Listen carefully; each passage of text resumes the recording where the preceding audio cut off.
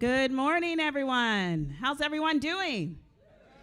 Did you enjoy the hot eggs, the good breakfast? See, we really treat you right here. We could have given you just muffins and fruit, but no, we gave you a whole buffet. Well, welcome to Penn State Harrisburg. I'm Amma Johnson, and I'm the new Harrisburg LaunchBox manager. And thank you. Oh, you guys are so nice so early. We'll talk about everything that we're doing here, some really exciting things, but we're just really excited to have all of you here. And I want to encourage you throughout the day to connect. Other than the amazing information that you are going to learn, one of our goals is to help you as founders to connect with other founders, and also those of you who maybe have an idea and want to start up, to kind of help you navigate to the right resource. So we have some introductory comments for you. We have a really special guest that came to be with us this morning. I really appreciate his time. So put your hands together for Dauphin County Commissioner Chad Saylor.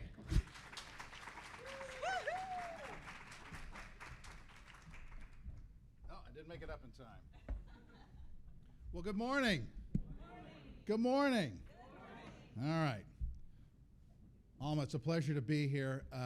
Listen, on behalf of my teammates, Commissioner Mike Preece and Commissioner George Hartwick, I just want to say how exciting this is. You know, a few weeks ago, the Chancellor stopped by one of our weekly public meetings, which if you haven't been to one, they're very exciting affairs. But he gave us an update on what was going on down here at Penn State Harrisburg.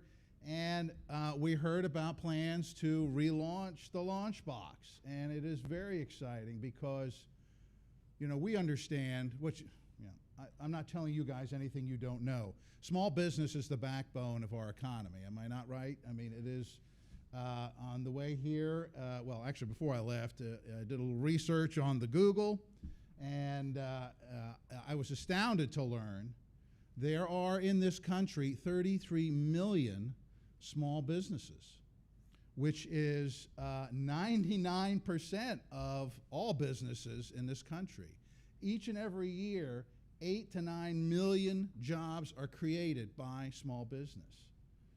And it is amazing, the impact. And we know it's happening right here in our region, and it's important.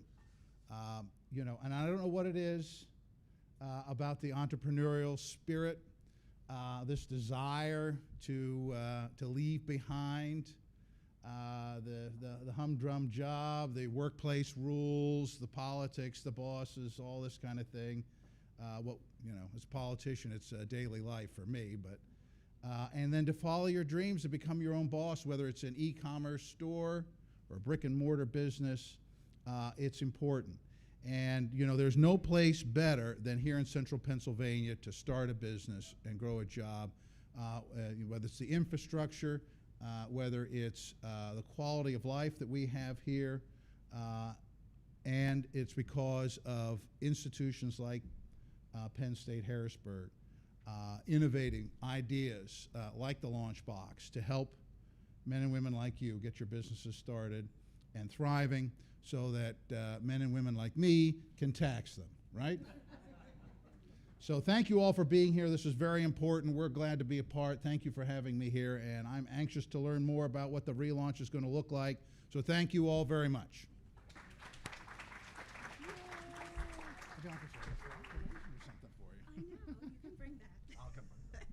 All right, thank you. And here representing the Chancellor's office here is Dr. Vahid Montevalli. He is the Interim Associate Vice Chancellor for Research, and he's also the Director of School of Science, Engineering, Technology, and a Professor of Mechanical Engineering. So let's give him a round of applause.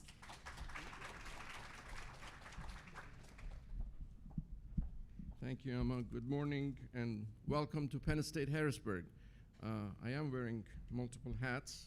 Sometimes I start chafing up there, but not having hair, I guess, helps. So on behalf of Chancellor Mason and our faculty, staff, and students, welcome to Penn State Harrisburg and Penn State Harrisburg LaunchBox Summit 2023, right? That's Very exciting, and it's so great to see Commissioner Chad Saylor here, and thank you for being here. And we do run into each other often, it seems like, and it's every time very enjoyable. Great to see you again. Penn State's three-part land grant mission includes teaching, research, and service. And we really think that research, right, is very expansive definition, which in the recent years we've seen all universities and many government agencies and so on have migrated to recognizing that innovation and entrepreneurship is a big part of research. And you've seen programs developed at NSF, such as National Science Foundation, such as NSF I-Corps and others. And in my previous institution, I actually had the title of Associate Dean for Research and Innovation for that particular reason. And we tried to integrate innovation entrepreneurship into engineering programs. We had a great deal of success at that, and part of it was working with equivalent LaunchBox and creating maker spaces and so on. So in my other hat, being director of a School of Science, Engineering, and Technology, I certainly am very much interested and dedicated to increasing our innovation entrepreneurship activities, and working closely with Dr. Guna and School of Business in that has been a very important part of what we are trying to do here. So Penn State Harrisburg is committed to this mission and to serve the broader central Pennsylvania region in ways beyond just our academic offerings, right? Of course, we offer, I think, over 75 degrees, so we offer 17 of them at SSCT, but not just creating jobs for our students is a primary motivation, but also I think there's lots of partnerships that we can develop. So we are looking at ourselves as an economic development partner, and we've started certain initiatives. I interject that in my interim role as Associate Vice Chancellor for Research, I've been looking at some of those things, and I'm happy to report that as of August 1, we'll have a new person coming from outside to join us with a great deal of experience and accomplishments, particularly, and experience in technology transfer, which I think will be very useful. Announcements and public announcements of the individual will be made shortly as we go through that process. But we know that and recognize that innovation is such a great part of education, really, right? Not just innovation in education, but innovations that comes out of research and innovation and can solve many community challenges. So we hope to be able to engage more and more of our faculty and subsequently our students. Our students may lead the efforts at times to take their research and scholarship expertise and apply it for community advancement. So Penn State Harrisburg LaunchBox is really, there's a lot of motivation here and a lot of support to move that forward. And as you know, this LaunchBox is part of the Penn State's Invent Penn State initiative, which launched in 2015. Way before I got here. I arrived here in August of 2021, and I was very excited to hear about that and see all the great work that has happened here. In 2022, Penn State received inaugural investment from the Commonwealth through the PA Department of Community and Economic Development for Invent Penn State, and this, among other things, will enable the university to strengthen and grow the LaunchBox and innovation network, and this is one part of it, and this summit will have, I'm sure, great outcomes.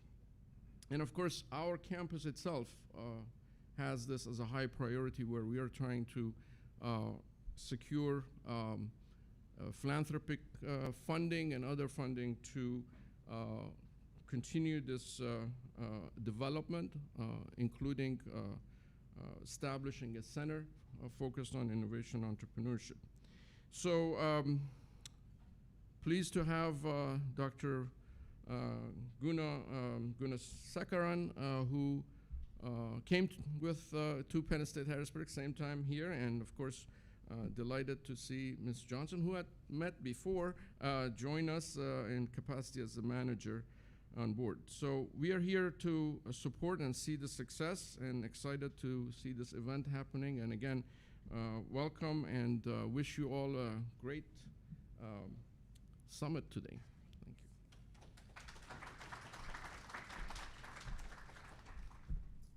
Thank you so much. And next, we'd like to introduce Dr. Angapa Gunasekaran. We call him Dr. Guna, and he is the Director of School of Business Administration, and he's my supervisor, so make sure you give him a good round of applause.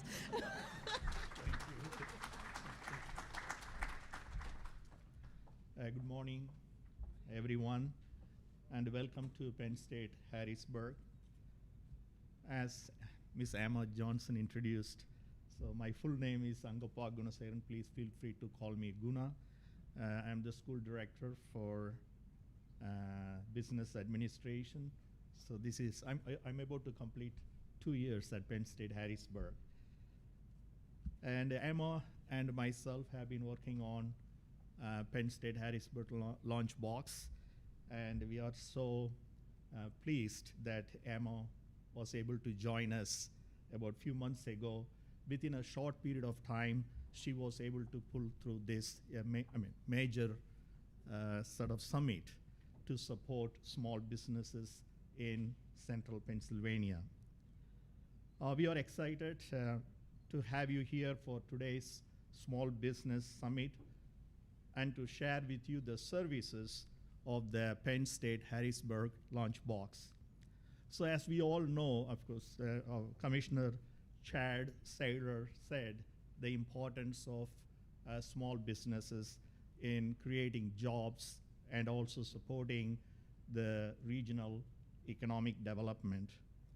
So most people are employed in small businesses. And as we all know, small businesses are flexible, innovative, and also entrepreneurial. However, they have some challenges when it comes to the resources and also support for their growth. First, my regards to Commissioner Chad Saylor. Thank you again for joining us today and for all you do to keep Dauphin County vibrant for our students, faculty, staff, and our community. Our campus here in Harrisburg continues to grow year after year. I am proud to say we are the largest and most comprehensive university's Commonwealth campuses. And Penn State is dedicated to being a driver of innovation in our communities for the benefit of all. So we engage our students. We have almost 5,000 students and about 1,000 faculty members. So they all work all the time on various innovative projects. So how we can commercialize those innovations into tangible products and intangible services. So we know that during this time of change, a time where we are experiencing shifts in the workforce and the rapid acceleration of technology. So we can see the impact of the various technologies and also on businesses, and also there is a large intersection between technology and businesses. So we cannot separate technology from businesses. They have become an integral part of almost all businesses.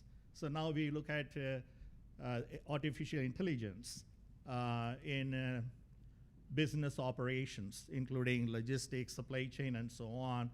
And you must have come across ChatGPT, how that will impact the business operations. And many people are rethinking their career paths. So based on the changes we are experiencing and exploring new opportunities for advancement. Our campus offers over 70 undergraduate and graduate programs, as well as continuing and distance education. So under the leadership of Dr. Wahid Motwali, so we were able to reactivate, I should say, the activities of continuing education in order to provide lifelong learning opportunities for professionals and business leaders in the community. So we know that for many people, entrepreneurship often becomes a clear option. That is where the Penn State Harrisburg LaunchBox comes in. We know it is not always easy to find resources, as I said, small businesses or family-owned businesses with fewer people, and they have challenges when it comes to access to financial resources and other resources, including people, consulting, and so on. So we are here to help you through our Penn State Harrisburg LaunchBox so that we can help empower and connect our community. So partnership or collaboration is the key for the success of all. So I would like to thank our community partners who made today possible. Ben Franklin Technology Partners, the Harrisburg Regional Chamber of Commerce, the Pennsylvania Bureau of Diversity, Inclusion, and Small Business Opportunities, Pursuit Co-working, and the New Tech Meetup of Central Pennsylvania. So let us give our partners a round of applause.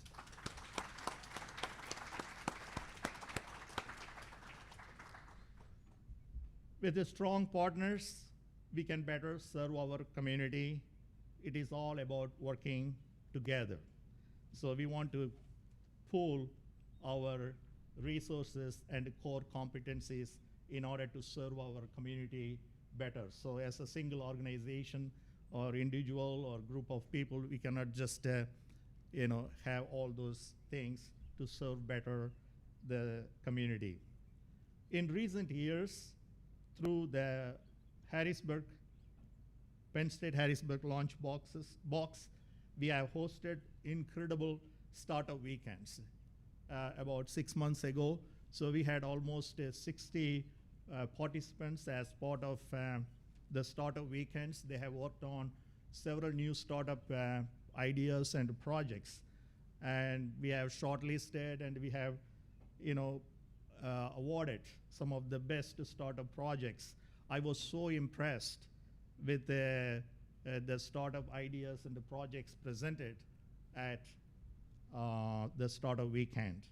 So we are going to continue the startup weekend. You are very welcome to be part of the startup weekend, where you can mentor student groups, and also there is an opportunity for you to hire or help you in your or with your business. An opportunity for students to present new business solutions, the ideas and the innovation presented by our students is really incredible. Last year, we successfully hosted our first coding camp for students. And also about a couple of months ago, we have organized a programming competition using ChatGPT. So almost 150 students participated, and we were really impressed with the programs they came up with using ChatGPT. In prior years, we have hosted a series of accelerator programs and startup pitch competitions, and we are looking forward to continuing to serve you all. We have a strong commitment to diversity and inclusion, and we look to serve entrepreneurs and innovators from every part of our community. Also, we will have inaugural seminar in the fall, as part of Trust Empowering Entrepreneurs Executive Seminar Series. So we have received about $100,000 to organize seminar series in order to support innovation and entrepreneurship in our community by engaging not only students, faculty, but also community members like you. So this will focus on small businesses as well as diversity and inclusion. Please share with your network that the Penn State Harrisburg LaunchBox program and all of us at Penn State Harrisburg are here to help you succeed.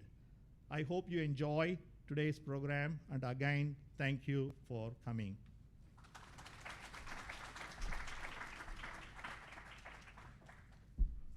Okay, we have a surprise part of our program. We're going to be doing pop-up intros.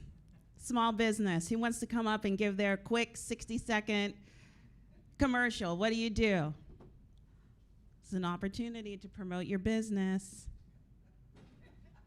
Yeah, thank you. Give him this brave soul.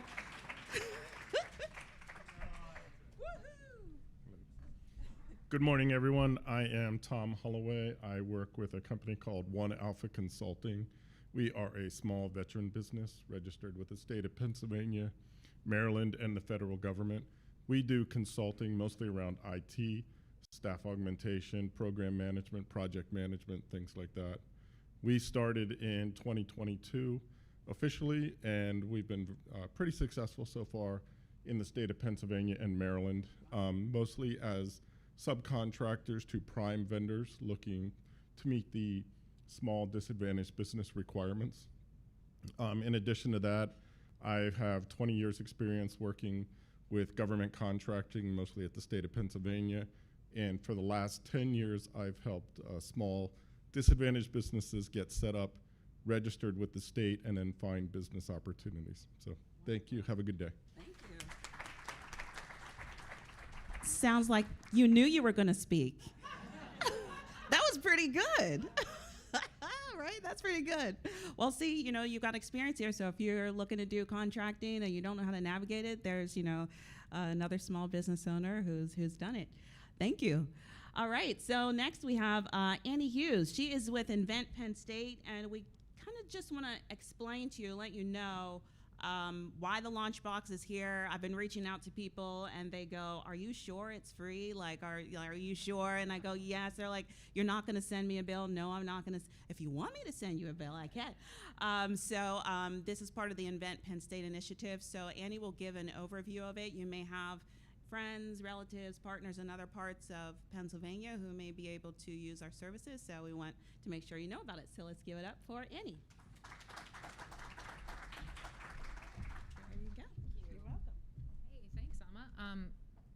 Well, welcome to everybody, and thank you for having me here. A huge thank you to Penn State Harrisburg. Thanks to Amma Johnson, who's absolutely killing it after 2 months on the job. So we're really excited and proud that Harrisburg is relaunching the LaunchBox program and very capable hands. So congratulations, and thanks for having me here. Just wanted to go over a little bit of what Invent Penn State is. It's not obvious from the title, and you've heard a little bit about what Invent Penn State does from some of the other speakers, but I'll just cover off on some of the other elements. As you heard, Dr. Modavalli mentioned that about 2015, President Emeritus Eric J. Barron, as part of our land grant institution obligation, identified entrepreneurship as an area of investment to improve the economy, to grow jobs, and so created Invent Penn State and basically offered seed funding to any campus that wanted to participate, that could build innovation and entrepreneurship programs. Okay, so now we have 21, right? So we have 21 across the Penn State network, and that's pretty amazing. And what's great about this, because we have a huge network of campuses, we have great access for entrepreneurs all over Pennsylvania. When we have 21 innovation spaces, and most are called LaunchBox, and a few are called something else, so we don't call them LaunchBoxes, we call them innovation spaces. But that means that 96% of all Pennsylvanians live within 30 miles of an innovation space. That's great access. And in fact, 75% live within 15 miles. And these days, especially with the pandemic, we transferred a lot of programming to virtual, right? So we have great access. And as Amma mentioned, these programs are available to any Pennsylvania entrepreneur. You don't have to be affiliated with Penn State. Please tell all your friends this, okay? The more we serve, the more that we can grow our programs. Some of the programs that we offer across the LaunchBox network, and by the way, if you're an entrepreneur, you can work with any of these innovation spaces. You don't have to just stick with one in particular. Every innovation space has a couple of core capabilities, but then they also tailor to their local economies and their local communities. So there might be a different LaunchBox that has a facility or a resource that maybe Harrisburg doesn't specialize in, right? But you can access, like maybe they have a particular type of makerspace, right? So this is all on invent.psu.edu if you want to take a closer look at this map. But the common programs offered by innovation spaces are accelerator programs, and we tend to do really well with early stage companies. In fact, we're really good at helping early stage companies who aren't quite sure what their business model is, right? Maybe they have something really new and innovative that there's really no analog out there, right? There's nothing they can look at and say, I'm gonna do that. And they say, I'm not sure who my customer is. I'm not sure how to monetize this. I'm not even sure how to bring it to market. I don't know what my market is. We usually say, you're our people, come to us. We want you to work with us because we know the process to figure that out. We don't have the answers for you. We know what questions to ask, okay? We don't have the answers for you. We know what process you ought to follow, and we'll teach it to you in the accelerator program.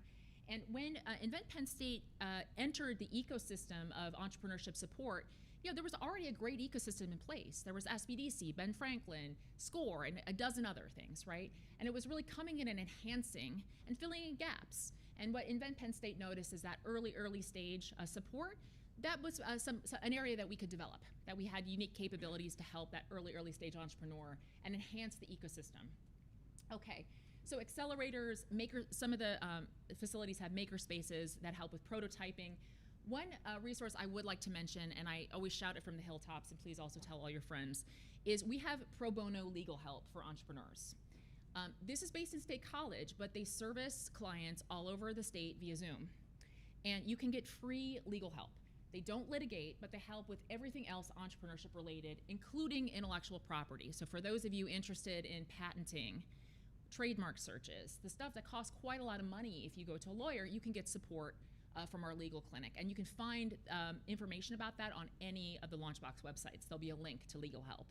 And that, again, is free to anybody in Pennsylvania. Don't have to be associated with Penn State.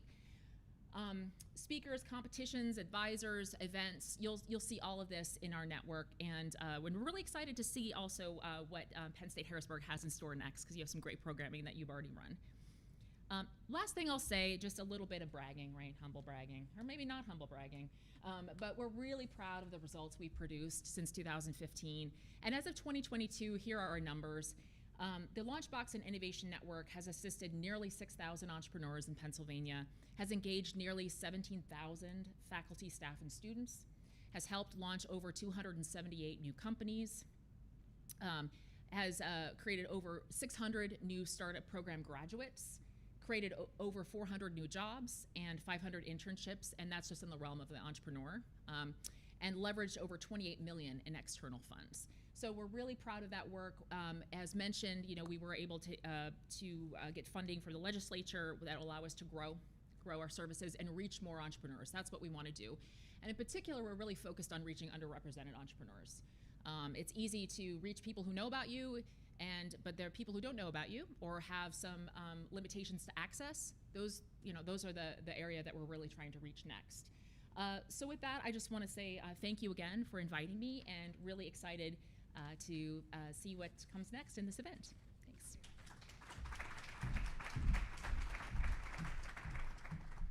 Thank you so much, Annie. Okay, so we have our first panel here. If we can have our panelists come up. We have John Sider with Ben Franklin Technology Partners.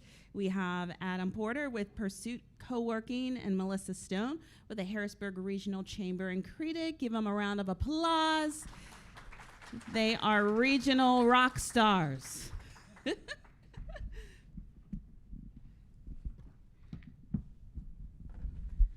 And I think I'm going to join you guys over here. Yay, I'll sit next to my brother, Adam. All right, so we thought we would pull together this panel. All of them have been doing a lot of community work with small businesses.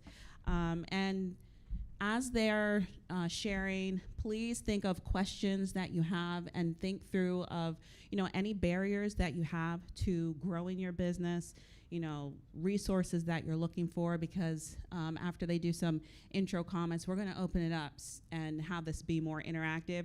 So throughout the day, it's not going to be death by PowerPoint. We want this to be really interactive. I'm sure that besides the people who are presenting, there are a lot of you who probably have answers for each other. And that's the other thing about entrepreneurship, or really any type of connection. If you just connect with the right people, you start finding your way to resources. And entrepreneurship can be a lonely place, right? It can be a lonely road, but you're not alone. You have other founders in the room. All right, so I'll open it up. I'll start with John, and we can go down the line. If you could give just an introduction, who you are, and a little bit about the services. Yes, hi, I'm John Sider, Vice President of Business Development for Ben Franklin Technology Partners of Central and Northern Pennsylvania. So we are a state-funded, nonprofit, privately run economic development organization specifically to advance technology enterprise in Pennsylvania. So where most of our work is in a place where we try to find entrepreneurs who are starting up high growth potential technology-based startup companies. And the idea behind that is to grow technology jobs in Pennsylvania and increase the economic dynamism of our economy. So we do that in three main ways. We provide capital. So we're like a venture capital fund. Our funding goes in and is structured like venture capital. It's not like a bank loan. So we make investments. Typically that takes the form of between $75,000 and $200,000 initially. And then these days we're actually able to go up to $1 million in a single investment for companies that are growing and, as the term has been used, killing it. Second thing we provide is we have an entire management consulting practice meant to augment the small startup teams of these portfolio companies. So for our portfolio companies or folks that we believe could be a portfolio company, we offer free accounting services. So we develop pro formas. We will clean up historical financials. We also provide market research. We have 2 full-time people that do nothing but market research. And this gets to how we do due diligence on our investments. We're willing to take a lot of risk. The one risk we're more unwilling to take is we want to satisfy our team that there is truly a market for your product and or service. And so we do a lot of research on that, and that is all provided to you free of cost. And then the third thing we do is a lot of entrepreneurial training resources. So if you go to the Ben Franklin Learning Center, you will find a great resource. Annie Hughes actually helped put that in good shape. So if you sign up and become a member of the Ben Franklin Learning Center, there is a whole bunch of relevant to tech businesses and all businesses, webinars and resources, and then there's always new ones coming online. So you can take advantage of that by registering for that, and again, that's free. So whether or not they're a portfolio company, they can sign up for the Ben Franklin Learning Centers for everyone. Yep. Absolutely. That's good. All right. How many of you already knew about Ben Franklin? How many of you did not know? Okay, so good. Yeah, you're in the right Okay, I can leave now. Drops mic. How many tech-based entrepreneurs do we have here? Okay, we've got a good number. Anyone thinking about Target-rich environment. It is. Anyone who's like an idea phase of starting? Okay. All right, good. All right, Alyssa. All right. My former coworker. Yes. I miss you. Absolutely. You said Rockstar, and all I could think of is you on the desktop with the guitar. Dancing on my desk. Yes, that that was a good moment. So, hi, Melissa Stone, Vice President of Economic Development for the Capital Region Economic Development Corporation. That is the economic development arm of the Harrisburg Regional Chamber. We really are a traditional economic development corporation, doing a lot of traditional types of economic development stuff. Really what that means is we're technicians of public money programs. We help developers and businesses gain access to public dollars to make their private dollar go a little bit further. With that said, traditional economic development really is not set up to support small business. I hate to say that, but that is the truth. What CREDIC does is we have decided where we should play in that arena is as your access point. You've heard the term ecosystem a few times here, networks, et cetera. All of the economic development organizations in South Central PA, whether they're county-based or regional-based, they serve as your access point to that ecosystem. We can sit and understand, well, where are you? In what stage are you in? What are your needs at this particular time? And then make sure you get to the right resource, whether it be Ben Franklin Technology Partners or the SBDC, LaunchBox, et cetera. I mean, these are all things that are within the network, and that's really the major role that we serve. In our experience, we can evaluate, like, what does your business plan look like? What questions are you going to wind up getting? From a lender standpoint, if we have any direct assistance for you, it will be in the form of lending. And I'm here to bust the myth about there being grants to start businesses. It's just the truth. Unless you're some type of rapid scale technology kind of thing where there might be grants for that. But if you are a baker or a clothing shop, there is not likely to be free money out there, at least not with major strings. What there is out there is low interest loans, very, very low interest loans. So like right now, between 3.5 and 4.75%. And if anybody's looked at small business loans out there, they're 7s, sometimes 9s right now. So the low interest point is really what we have to help you with. Thank you. All right, Adam. Hi everyone, my name is Adam Porter. I'm co-founder of Pursuit Co-working. One little humble brag, I guess, to take Annie's cue. We did actually just celebrate our 10th anniversary back in March, so we must be doing something right. Thanks. So Pursuit Co-working is Harrisburg's co-working space, as you might guess in the name. We also have the distinction, I guess, of being the entity on this panel with the shortest name. So you do branding right. I hope we've gotten down that path pretty well, and luckily been able to use our community that we've built in that process. So what is a co-working space? We are a community of entrepreneurs and remote workers, and in Harrisburg, we think we really focus on 3 key areas: purpose, proximity, and persistence. Those 3 areas, I think, are where most professionals, whether they are entrepreneurs or simply working remotely for a larger team, often need help. Co-working really solves the challenge Amma was just mentioning earlier about loneliness. Whether you do work, remotely for a much larger team, we have a member who works remotely for Workday, which has 10 or 20,000 employees, but we also have lots of independent graphic designers and SEO specialists and those sort of folks who are grinding it out on their own day to day. But luckily, because of having joined our community, they don't have to do it actually alone. Purpose, we say follow your pursuit, which is, for those historical buffs in the room, a little callback to the pursuit of happiness. So even as we grow our footprint, if willing someday outside of Pennsylvania, we'll always kind of call back to where we're from here in PA.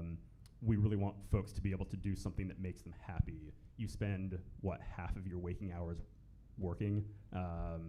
That should be something you enjoy and find meaningful, and that you're able to kind of, through the time you've spent doing whatever it is you do, you've left this place better than you found it. Proximity, Zoom, pretty popular these days. There are a whole lot more frankly, jobs and lifestyles and livelihoods that exist now that couldn't have even just 3 or 4 years ago. But we still believe in the power of proximity, being in a room together. I'm going to network with somebody. I'm going to meet someone I never would have had the chance to otherwise, and who knows what would have come of that. Pursuit exists because of proximity. I met my business partner, who's also named Adam and looks a whole lot like me. I was so confused. I know. People often think I'm him to this I'm like, day. why are their brothers named the same name? Yeah. Urban so churn. we met at a Harrisburg Young Professionals new member social back in 2012. We became fast friends, and fast forward a few months, we were open in March of 2013, where we had this lovely lady in our ribbon cutting photo that we still have today on our front desk. So come by and see that. Wow. But that couldn't have happened if we weren't in the same room.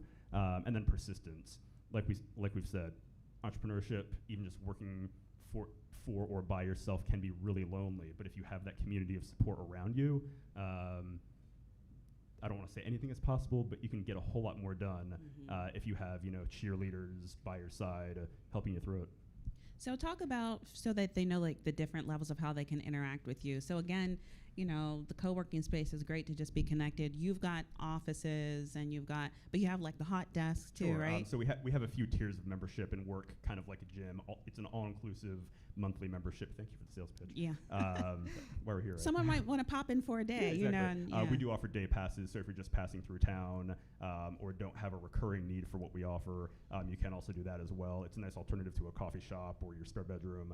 But our monthly memberships are what we call hot desks, kind of drop-in coffee shop style space that's unassigned, dedicated desks, which are literally what they sound like, one desk to one person, and where you can leave stuff behind, monitors, locking storage, all that.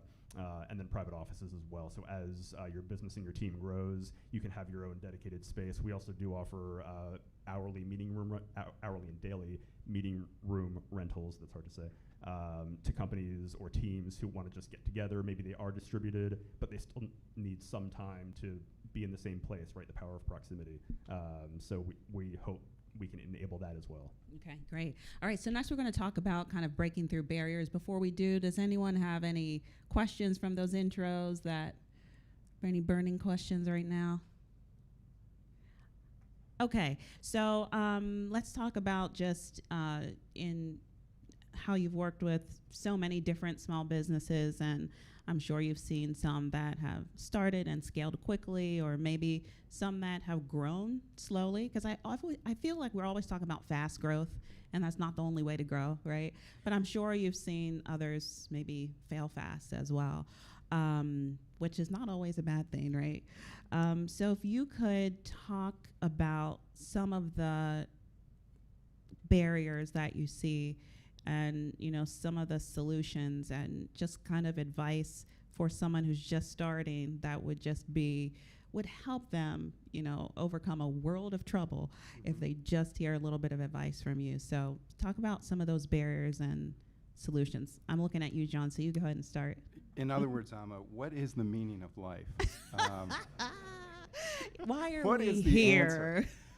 No, so you were very kind to send out the questions ahead of time, and because this was an invitation from you, I knew that I had to be authentic and really think about this and bring a couple of things that I've come to believe.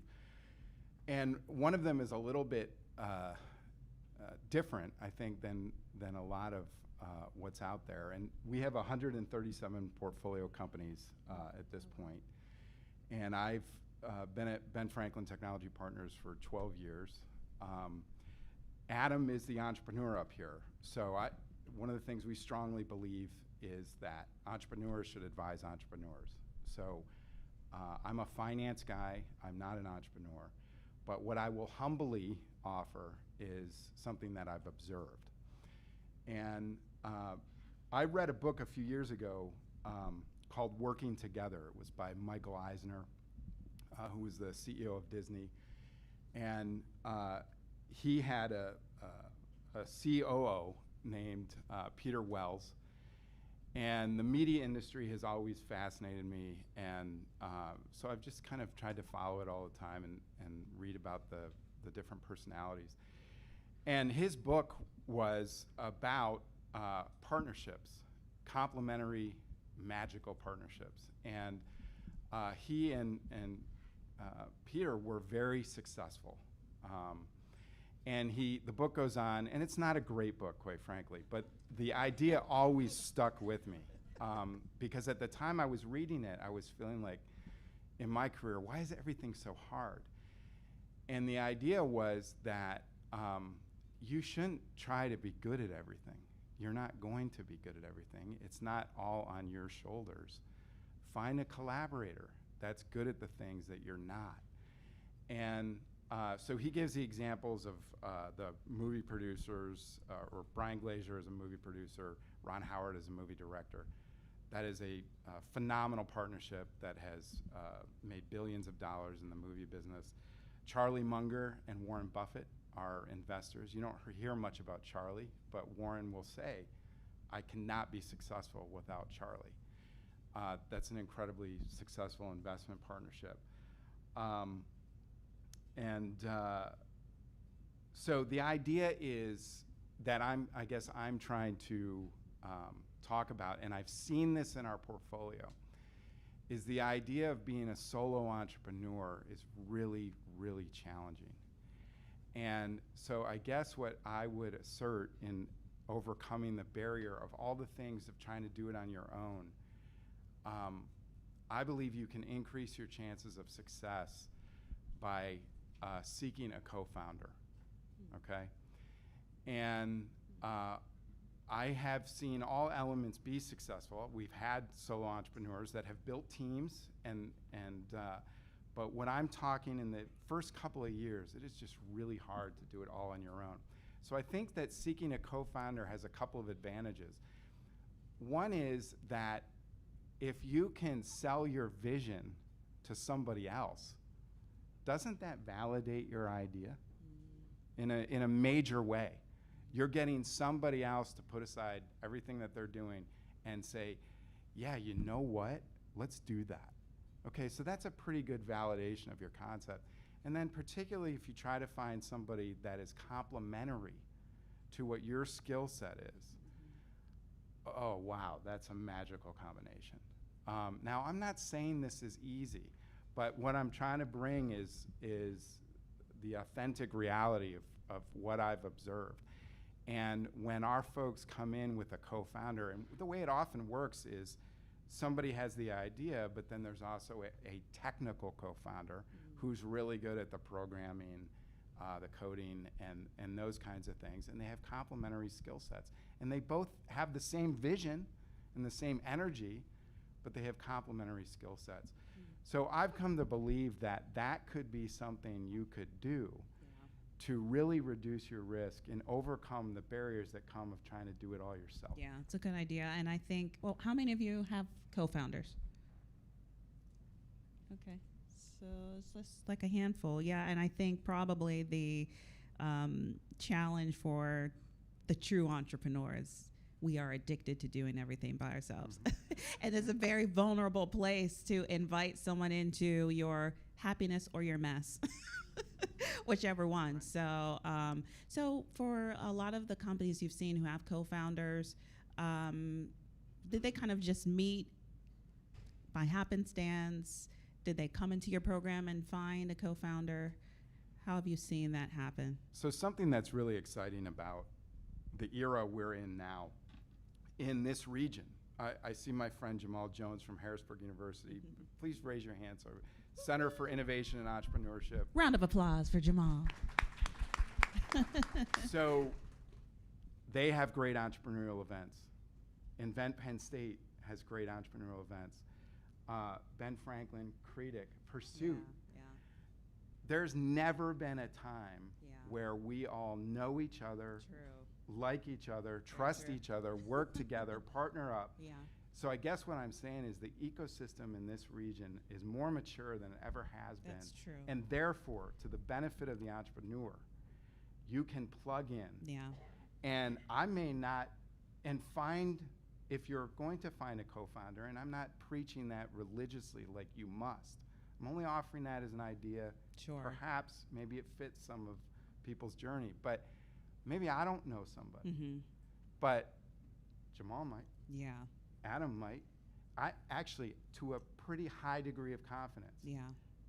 Annie, Amma, Yeah. Melissa, I bet we could find somebody and be at an event. Okay, Jamal's got the blend event, next month. Keystone Merge is happening, next quarter. Come to that. There's a person I've seen that's looking for this. Yeah. Yeah. I think today that works better than it ever has. And you might not get that in a much bigger market, Philly, DC, Very especially true. New York. Outstanding point. And Very yet true. we're interconnected, York, Harrisburg, Lancaster, like never before, doing events together. Mm-hmm. And when you mush that together, Yeah. you've got Pittsburgh. So right. That's very true. I mean, I think what the point you're making is golden is don't be isolated. Right. You have a greater risk of failing if you're isolated on your own. And when you jump into entrepreneurship, getting in there and connecting regularly with a group of, like, people should know your face, your name. You got to get connected, to a group. That's golden point. Yeah. Melissa, barriers. You've seen a lot with the loans and the financing and all of that. So, yeah. There you go. Yeah, sure. So for everything that John said, I completely agree. I'm going to point out one little difference, though. Please. So you do a lot in the innovation economy, that type of world. And how many businesses out here, like, they're not working on the next new greatest app or AI technology or something. You're a great baker. You're a great carpenter. You're a great life skills coach. So for as much as a co-founder or a partner is a fantastic idea, there is one area of being a business owner that I think you need to be able to do it yourself. You need to be able to understand it yourself. So where I'm going with and where I've seen challenges with businesses either get their start or hit their growth is that passion does not equal business skill. And if there's any one particular area that every business owner has to do their homework in, and it can be boring and it can be burdensome and you don't want to spend the time on it, it's on the idea of managerial accounting, knowing your numbers, understanding what your financial statement is. And where I saw it hurt businesses the fastest and the most was during the pandemic. Because Creedic facilitated a lot of access to low interest loans and grants. For one of the few times that we could dish out grants to small businesses, it was during the pandemic. But you still had to provide certain things in order to show that you were eligible, that you qualified, so that we could calculate how much of your grant that you should get. And there were so many businesses that, it was like, I don't know what a profit and loss statement is. I don't know what a balance sheet is. I don't know how to get year-to-date information. To go through life saying, I make great cakes and I still have $100 in the account, it's never gone negative yet, so I'm good, is not going to be a recipe for success, no pun intended. The other thing I want to mention is that, sales does not equal profit, and this is a part of understanding your business model and understanding your numbers. Some people can be really eager, it's like, I just got 100 new customers. Well, great, what was the cost of getting those customers? What's your overhead? Are you gonna make money off of that? And an example here is I just did, I had a conversation with a business, local Harrisburg business, family owned for 99 years. And I asked, I said, well, what are your next plans for growth? Like, where are you gonna, what's your next step for growth? And her answer was, I'm not really concerned about growth first. I'm concerned about profit first. So, where I can get organic growth, I'll go for it, but not at the sake of sparing profit. If I don't have profit, I can't feed myself and I can't feed my employees. That's a 99-year-old business. So, I think the answer is do your homework, use the free resources. We have so many opportunities online, in person, to sit with people to teach you specific things about what the numbers in a business looks like, take that time, invest it in yourself. Good point. Good points. Adam. Well, I promise we didn't actually collaborate or coordinate on our comments, but mine are slightly different versions of both of John and Melissa's. My first challenge that I've seen and experienced myself is, and I can couch this a couple different ways. You know, the phrase "time is money." Well, actually, it's, especially when you're starting out, the opposite. Money is time. It's your runway, and oftentimes the word runway is used in the context of like a high growth. What's your cash burn? All that fancy stuff. No, it's really just, can you make payroll next week? Can you pay rent on time? That's runway too. And to that point, I would offer, you know, as you're, especially if you're brand new and you're just starting, thinking about starting out and coming up with, you know, potentially you might be applying to some loan funds through one of Melissa's programs. Maybe just going straight to a bank yourself, might be just trying to approach a few friends and family and raise a few bucks that way. Whatever number you think you need, double it. At least 1.5x it, but for the love of God, double it. Money is time. When you, and I will say, I do love the connectedness of Central PA. It is still a more traditional, habitual area, especially as a brick and mortar business. And I can say this again from my own experience. If you're trying to offer something new that requires people to change a routine, good Lord, that takes a while. Holy cannoli. True. So you might have, like, bless you for thinking about your idea and being so passionate about it and knowing and having the certainty that it's a good idea that the region needs, but it might take your future customers a little bit longer to figure that out than you think it will. So if you're able to have that cushion in the meantime, that will do wonders. The second piece is kind of more a different spin on what John was offering, and I would say specifically delegate. And this is something my co-founder in his primary business, Urban Churn, which is a small but growing ice cream chain in the area that you can now also find actually in the pint section at 5 or 6 local giant food stores. Delegate.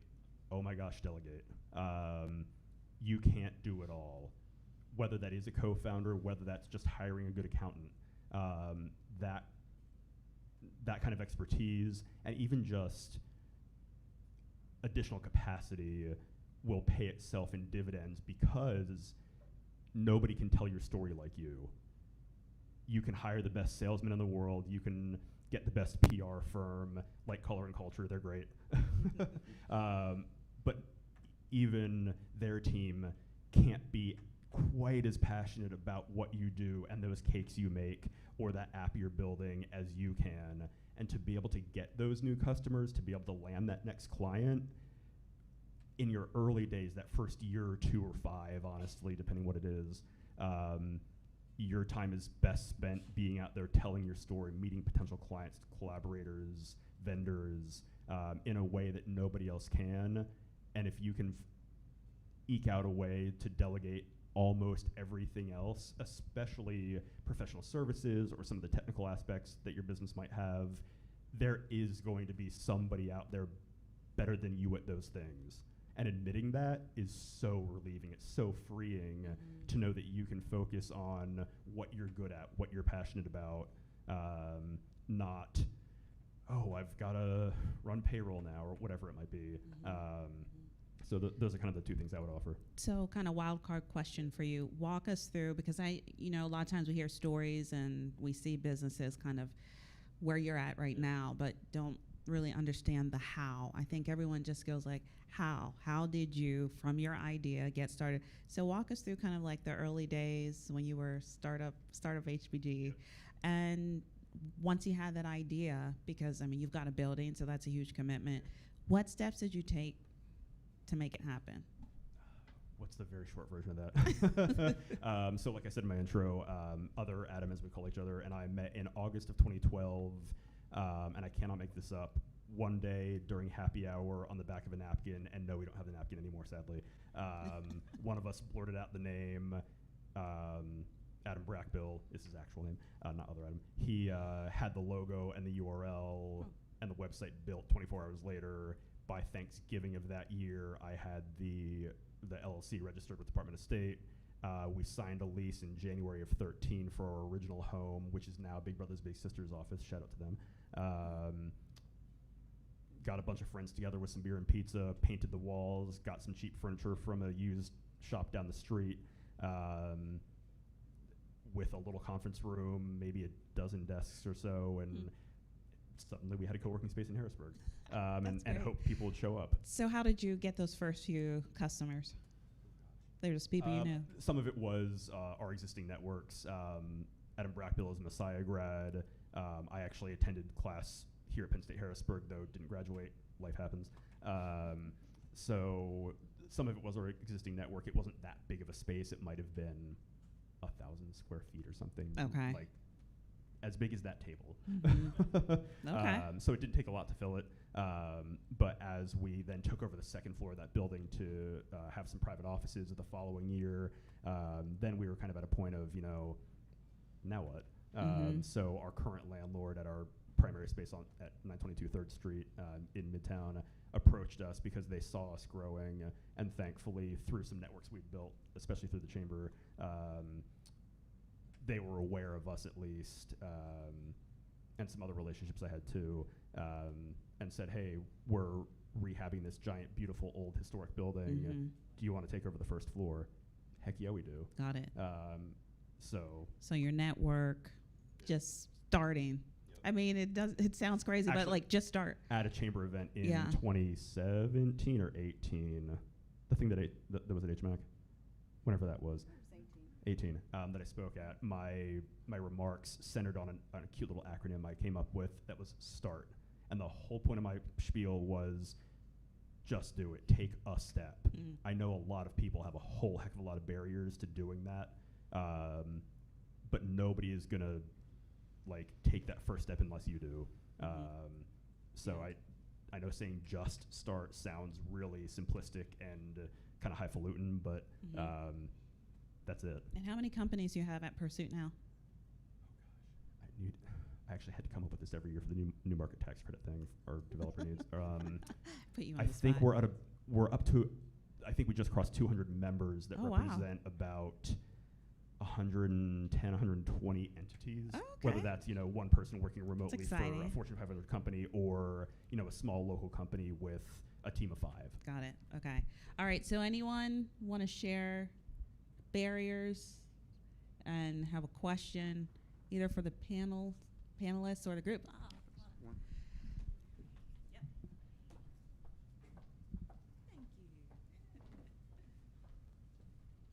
Hi, I'm Ambria Bates, and I'm a graduate of Penn State Harrisburg.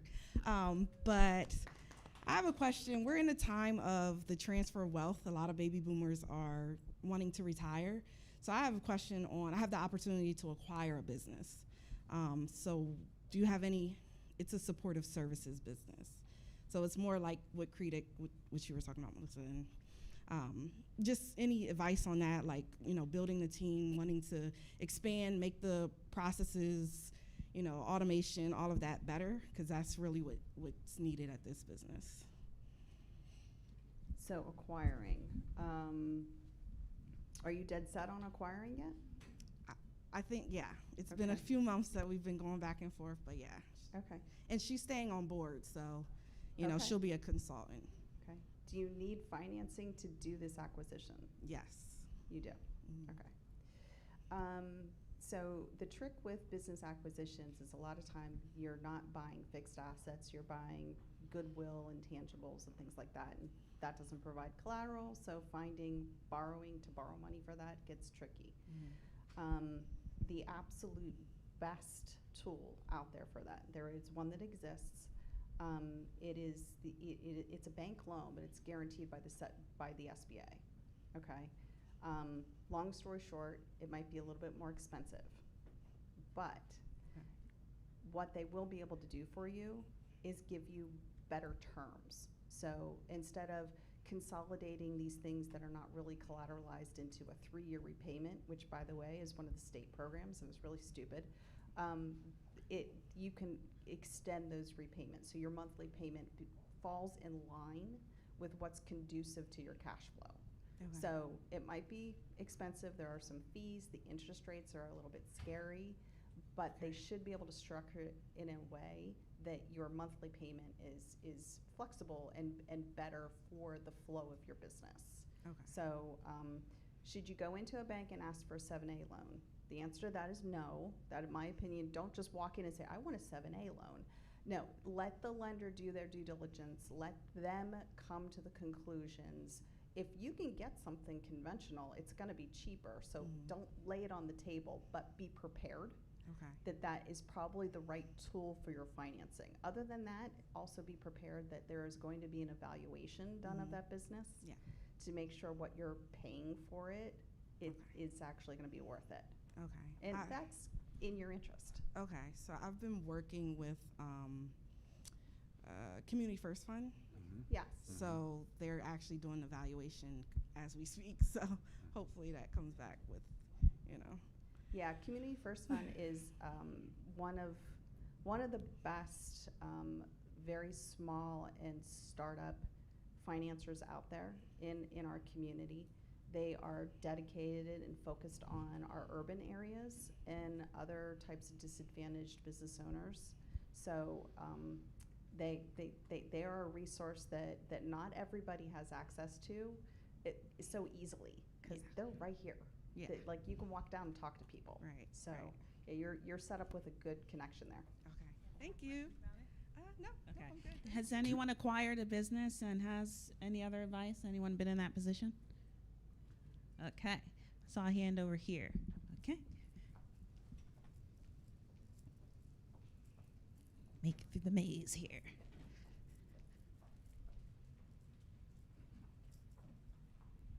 My name is Aja Taylor, and I'm looking to start a catering business, which is pretty typical, but my goal is to cater to people with food aversions, allergies. Being as though I'm disabled and my child was on a feeding tube, and I went to culinary school, it's made me very passionate about it. But with the financial part, getting off the ground, being disabled, you can only make a certain amount of money. You can only acquire about so many loans. So is there any resources out there for people with disabilities who are trying to start their own companies and also help the community by starting a 501c3 to help people with food aversions get the recipes, the funding that they need to buy food? It's expensive when you have food aversions to feed yourself, let alone try to feed a community of people who are, we're fed the wrong things our whole life. And I'm just trying to figure out where to start with that. All right. Any advice from the panelists? Okay, that's tough. Everybody's looking at Cretic. Okay.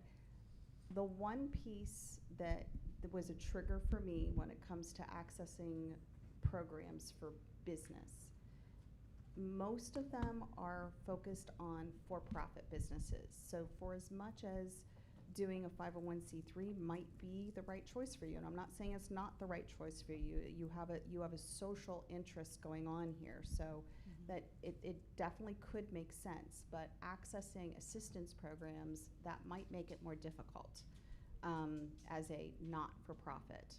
They're just focused on for-profit businesses. It's how the programs have been written into the legislation. Outside of that, specifically programs for disabled, I can't think of any, I have to be honest. But to It's a lot of young disabled people trying to get businesses off the ground, trying to find the community. I mean, again, if I'm told I can only make, I get $900 a month, and then I got a $1,400 rent and bills, I'm never going to be able to get money up to apply for the loan. To Melissa's point, though, you have a very, very social mission, and so you may not scale up and get a corporate client, but it makes a lot of sense considering the nonprofit avenue. I know Community First Fund will lend to nonprofits, for sure. I did That's not good. know that. Yeah, Were absolutely. you aware of that? Community First Fund. And you have my email. We can connect you with someone there. But I don't know. When I hear that, I think, first of all, it sounds like such a need, right? And I personally like data. And I don't know if you've done any research, but numbers are good, right? Like, what is the size of this population you want to serve? What's the size of that population here in Dauphin County? Like, I feel like looking into those numbers will also lead you into, should this be a nonprofit? Should we, you know? One person to at least reach out to. It's not exactly what you're looking for, but it might be able to help start some conversations. A local woman named Natalie Wallace, who started a company called Honey Bear Ice Cream. It is completely allergen-free, dairy-free, soy-free, nut-free, etc., and delicious. Yeah. If I'll give you my card afterward and try to connect you to her. I think I can. If not, John probably can. Yeah, we've got She won a pitch competition, I think, recently. Yeah. That might be a good conversation starter, at least, specifically because you both are focusing on food allergies, food aversions. I did actually, funny enough, went to culinary school as well, right out of high school, and cooked professionally for a couple of years. But I wanted to get out of that business, so bless you for wanting to go into it. Are there any startup nonprofits in the room? Okay. You have a nonprofit operating? Okay, there goes another connection. Questions? All right. No? Comment? Yep. Just doing what I love to do best. Mary Oliveira, Chief Operating Officer for Color and Culture. Thanks for the shout out, Adam. But to those two young ladies that just spoke, my brother is actually the Capital Region lender for Community First Fund, so see me before you leave today. Connections in the That's a mic room. drop. Hi, my name is Sophronia Perry, and actually so I started a consulting business, and one of a potential client right now owns a barbershop, and he's owned it now he took it over about a year or two ago.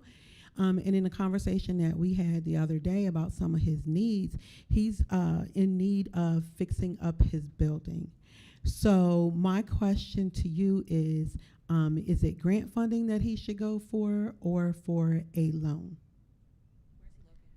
Carlisle. Okay, so the business is in Carlisle. Okay, and he is leasing, or does he own? He's leasing. So these are all leasehold improvements. I would check with the Carlisle Redevelopment Authority. They sometimes will do things in conjunction with the building owner and the tenant to improve properties. That being said, beware that a lot of redevelopment authority focuses are on business, like properties that are underused, underutilized, vacant, so it might not fit.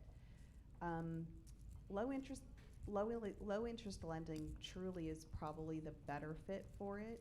I just don't want you to avoid turning over all those stones to make sure there isn't some kind of grant assistance. How long has he been in the building?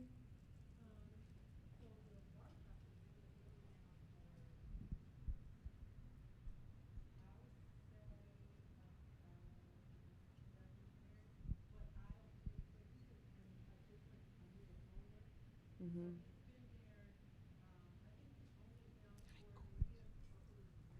Okay. Okay. So my suggestion is try that, although I'm not hopeful with my first recommendation. Second of all, the State Small Business Credit Initiative, the Pennsylvania Catalyst Loan Fund is what we've branded that. That has some easier credit criteria, which might apply to leasehold improvements, because leasehold improvements really aren't collateral. That being said, in the Carlisle area, we might have money to assist with that project. All right, we have a question over here. Hi, everyone. My name is Lorraine Killian, and Special Assistant to Deputy Secretary Carrie Kirkland, who could not be here today. I'm with the Department of General Services, Bureau of Diversity, Inclusion, and Small Business Opportunities. I want to share some information with you. I used to be on the board of the Pennsylvania Minority Business Development Authority, and they specialize in loans for minority businesses, and the interest rate is 2%. I'm not sure if the person that you're working with who owns the barber shop would be interested in that, but I will definitely pass my card to you. You can call me and I will put you in touch with the person. Her name is Kathy Onyeka, and she's the executive director of that program. Thank And you. I can testify that Lorraine is awesome because I used to work with her. I was trying to get her to give me that blazer she's wearing because she looks so pretty. Any other questions? All right. We have two at this table over here. I am. You guys are making me work out in my Amazon heels. So, I know you're so cute. I currently own a salon and spa. So where I'm struggling is hiring people that understand both sides, the beauty industry and business. I can find one or the other, but I need to find numerous people in order for me to continue to grow that understand both. How are you guys hiring? Like, what are you guys using? Like, I've gotten, go on LinkedIn. Again, I'm getting one or the other, because people that, I guess we call it creatives, where I had to learn, we work with our hands. We're not really, a lot of us aren't really tech savvy, so we need people on that other end, where then I'm saying to the person that's tech savvy, hey, I need you to enter in these services and use this verbiage, and they're like, what are you talking about? Like, us both trying to learn. So where are you guys hiring? What are you guys using to hire? So. Yeah.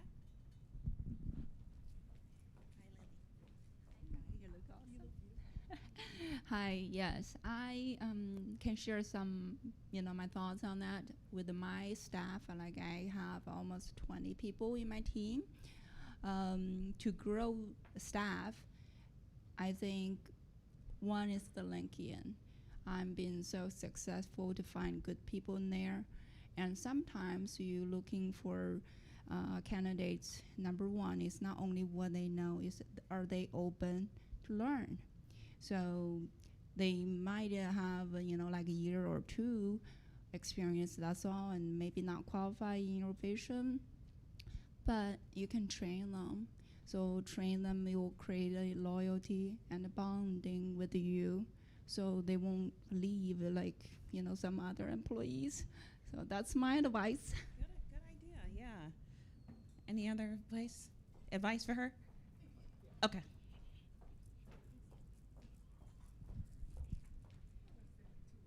That's okay. It's good advice.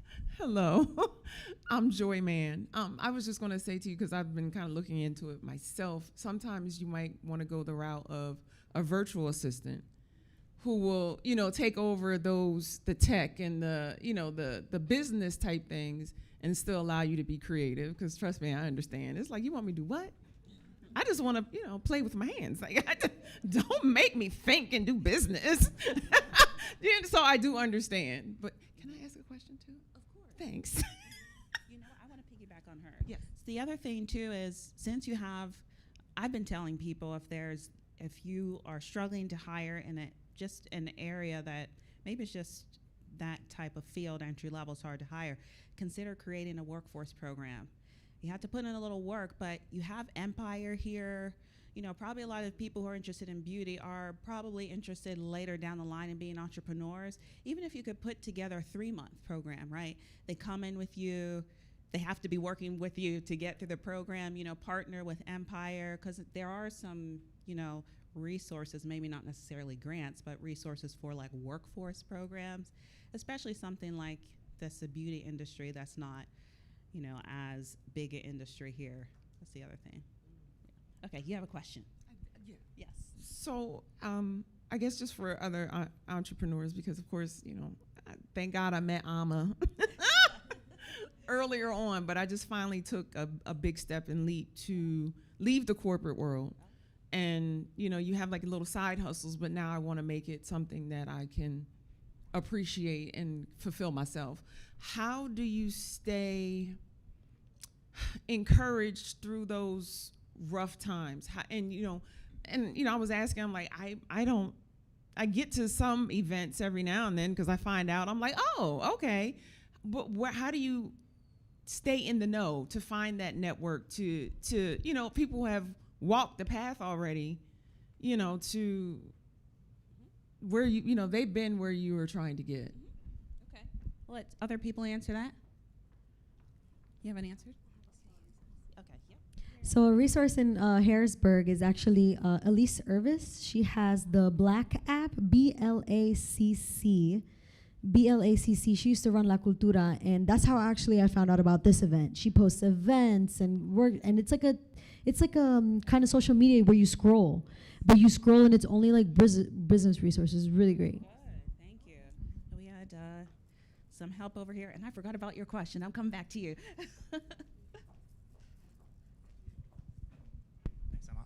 I'm Charlie Sowell, the founder of SE&M Solutions. One of the things that I have found most helpful is other CEOs and founders are so willing to share our failures and our successes, and that's helped me along the way get through the hardships, whether it's a financial issue, whether it's a client issue. And so I would just encourage you to, particularly with this forum where we're going to have a founders type of event, stay engaged with those of us. It doesn't even matter the industry that you're in. In fact, sometimes it's better if you're not in the exact trade space that one of your colleagues is in, because there's no competition. There's no, but the willingness to share and to support each other, I think, particularly among founders, is unparalleled. And tell them about what you do and your experience. Sure. So I started a service-disabled veteran-owned small business that's focused on federal contracting and state contracting, the same as our colleague here who gave the pitch. And I had been in the corporate world for about 20 years and just really wanted to try to start my own thing up. And I have failed along the way over the past couple of years, or hit roadblocks over and over again. And it's those co-founders and fellow CEOs in the space that have been like, dude, I was there last year. Chug through. You're going to get through this. Do this and this. So. All right. Get Charlie's card if you're a startup. Get his card before he leaves. All right. Hi, my name's Joseph Cooper. I'm a student here. I'm a computer science student. And as someone who is still very firmly in the ideas and like tossing around what could we do kind of phase with my brother. Sorry, I just want to check what I wrote down. You talked about how how business people should find that co-founder, someone who's good at business and then technical, and kind of pair them together with what everyone's best at. How do you know kind of what's reasonable as an idea to pursue for a business, like something that takes, I don't know, 6 months, a year to kind of create and start up to sell? I know it's a very broad question, but just what's reasonable as an idea? Well, something that we talk a lot about is a concept called customer discovery. And one of the best programs where, you can do that on your own, but one of the best programs that I was able to witness was put on by Penn State Harrisburg called Idea Test Lab. And it's essentially foundationally about customer discovery, but that is a process of validating your value proposition. Why is this going to be interesting to particularly to customers? By talking to them. So if you're, let's say, whatever you're trying to develop is focused on young professionals about to buy a house, okay? Well, this is a process of finding 25, 50 of the people that have that profile and saying, this is the solution that I'm looking to bring. does this solve challenges you're having? Or listening to them about what their challenges they're facing and finding a house, what their pain points are. So there's a sheet on your table on the other side. It looks like someone's going to take you through a customer discovery process. During lunch, yeah. Well, okay, so I should have known, Joe, that's great. But I just happen to be looking at that as I'm sitting here, and I'm like, oh my gosh, that's so valuable. So if you look on the other side of that, that very much looks like what you would do 25 or 50 times with your target customer. And just on the face of it, you can imagine how much smarter you are about how valuable your idea is in that process. And all that cost you was time, okay? But now, nobody's saying it's easy or not labor intensive. That's absolutely the case. But imagine how much pain and suffering it could save you later before you borrow money, before you seek investment capital and are now on the hook for that. The other thing is when you assert your value proposition to lenders or investors or whatever, if you can come with that data, say, yeah, I've talked to 50 people that are this demographic, this age, this market slice, people are going to be really impressed with that. And there's actually a National Science Foundation program nationally called I-Core, which is forcing science-based startups and federally government-funded discovery that's being commercialized. It's forcing them to do this because it is now so ingrained as a truth in making startup opportunities stronger, and that is customer discovery. So I think I don't know if that's what you're calling it today, but you're going to learn some elements about that. Perfect, yeah. Thanks for the commercial. All right, we're going to take 2 more questions. We have one here. Hi, Brian. Hi, I'm Brian. I'm a mechanical engineering student. I just wanted to know, how is starting a business? I don't know if you guys have any. You guys would have a lot of experience in this, actually. What is there like a fundamental difference on the pathway to go to starting a technology-based business rather than, something like, I don't know, like a coffee shop or like a pastry shop or something? Is the avenue still the same on how to start the business, or is it or there are 2 different ways of approaching the same result for a business? Yeah, I don't know that fundamentally the startup process you would go through is all that different. I mean, I suppose that if you're doing a barbershop, it's pretty well understood people need their hair cut and that everybody needs that. And so maybe you don't need to do a whole lot of customer discovery. But if you have a certain angle that you're trying to add value to in your barbershop, maybe that's what you do. But the thing about technology companies and that we're kind of focused on is that typically people are using technology to develop something disruptive to the market that fundamentally changes the way that the market reacts. So thinking about Uber and how that fundamentally disrupted the taxi business, okay?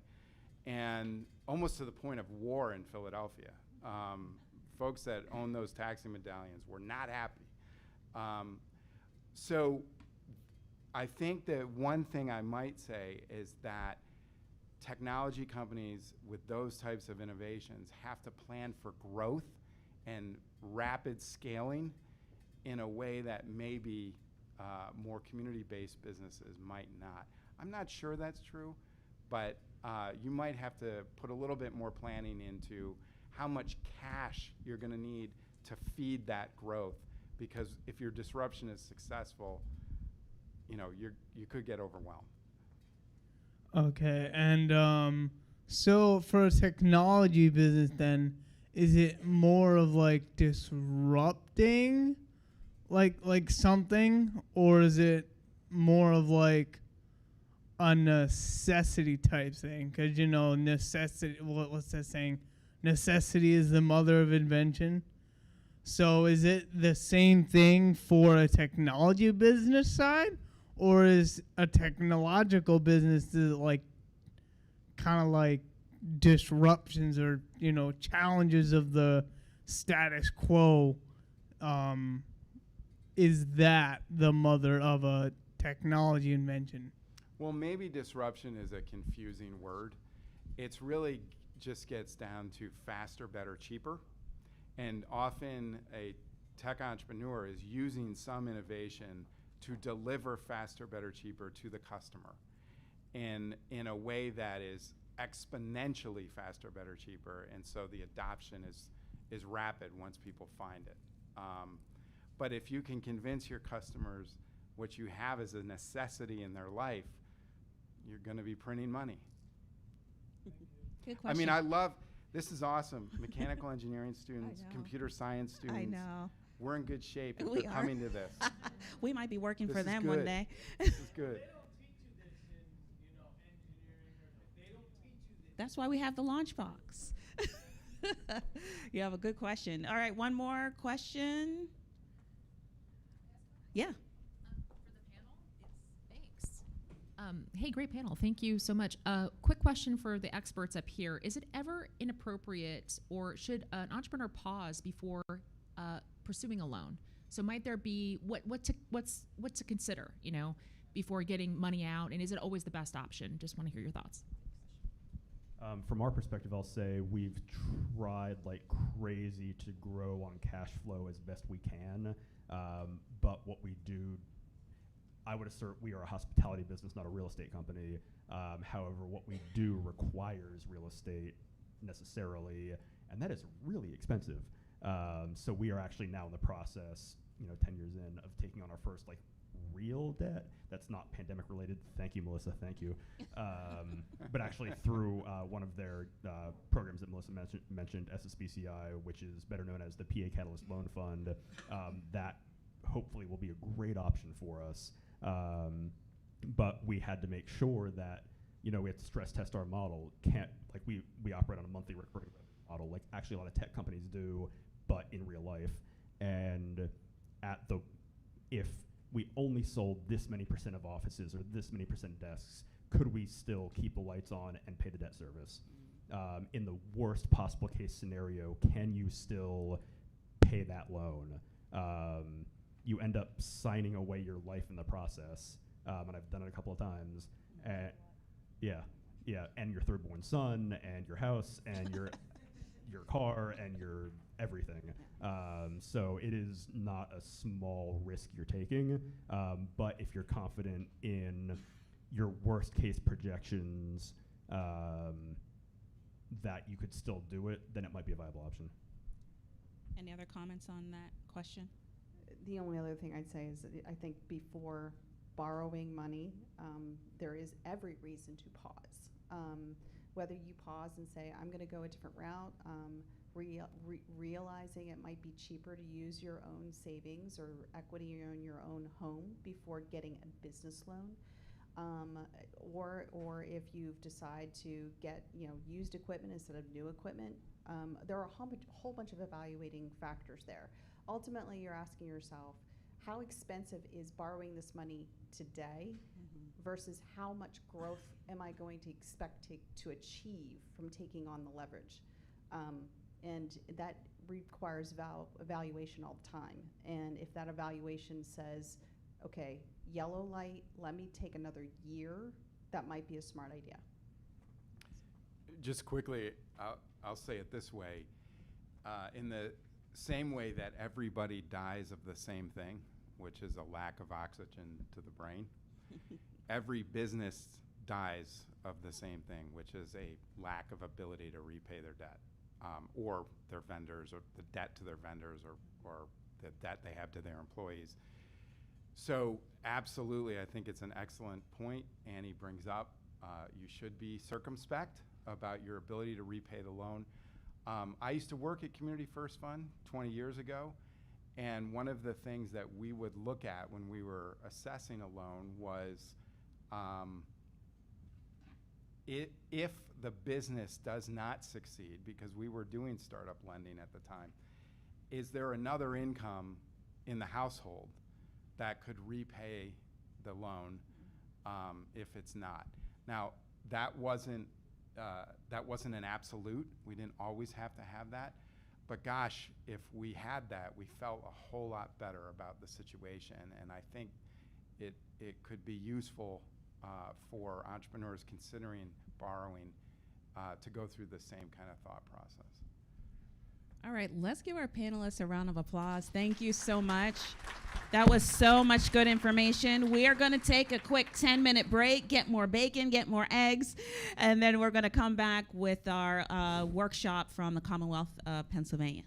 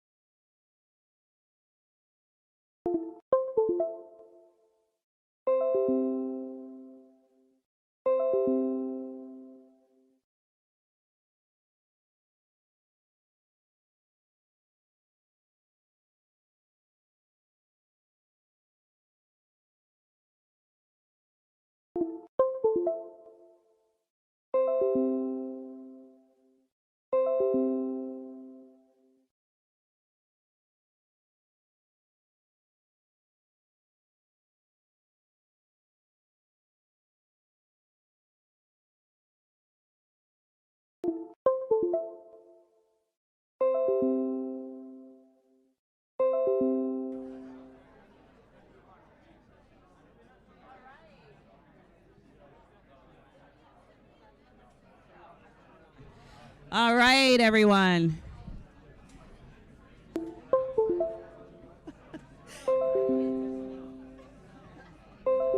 Hello, hello, hello. And we're back. We've got some good connections going on here. We are going to get started with our Doing Business with the Commonwealth seminar here. We have some really good information for you. We have experts here from the state to share some great information for small businesses.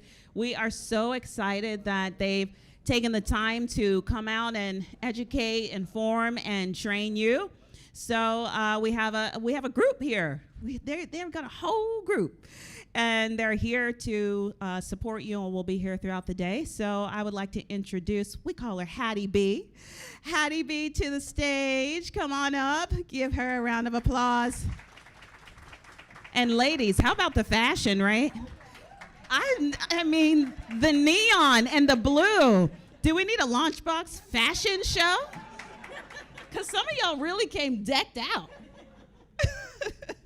Thank you for being here. You want to set it in here? Okay. Sure. Yep. Yepers. Thank you. Good morning, everybody. I didn't know that Alma was going to put me on the spot. I would have brought out the whole Gucci outfit and everything. Next time, absolutely. So thank you all so much for being with us this morning. We're hoping that you're going to be able to retain some information about how to do business with the Commonwealth. So we are with the Bureau of Diversity, Inclusion, and Small Business Opportunities, but you'll hear me reference us as BDISBO. It took me a long time to get that acronym together, so don't worry about it if you don't get it. Just say us, the Bureau. So before we get started, I definitely want to just thank everybody for showing up today. I know when starting a business, I am an entrepreneur myself, and so I was listening to some of the things that we were talking about this morning, and I want to say one of the barriers for me is that it's the admin work. I hate it with a passion. Like if somebody sends me an email, I'm like, dang, I know I got to respond to you in like 25 minutes, right? So really just doing that, but the best advice that I remind myself with is just give yourself grace, right?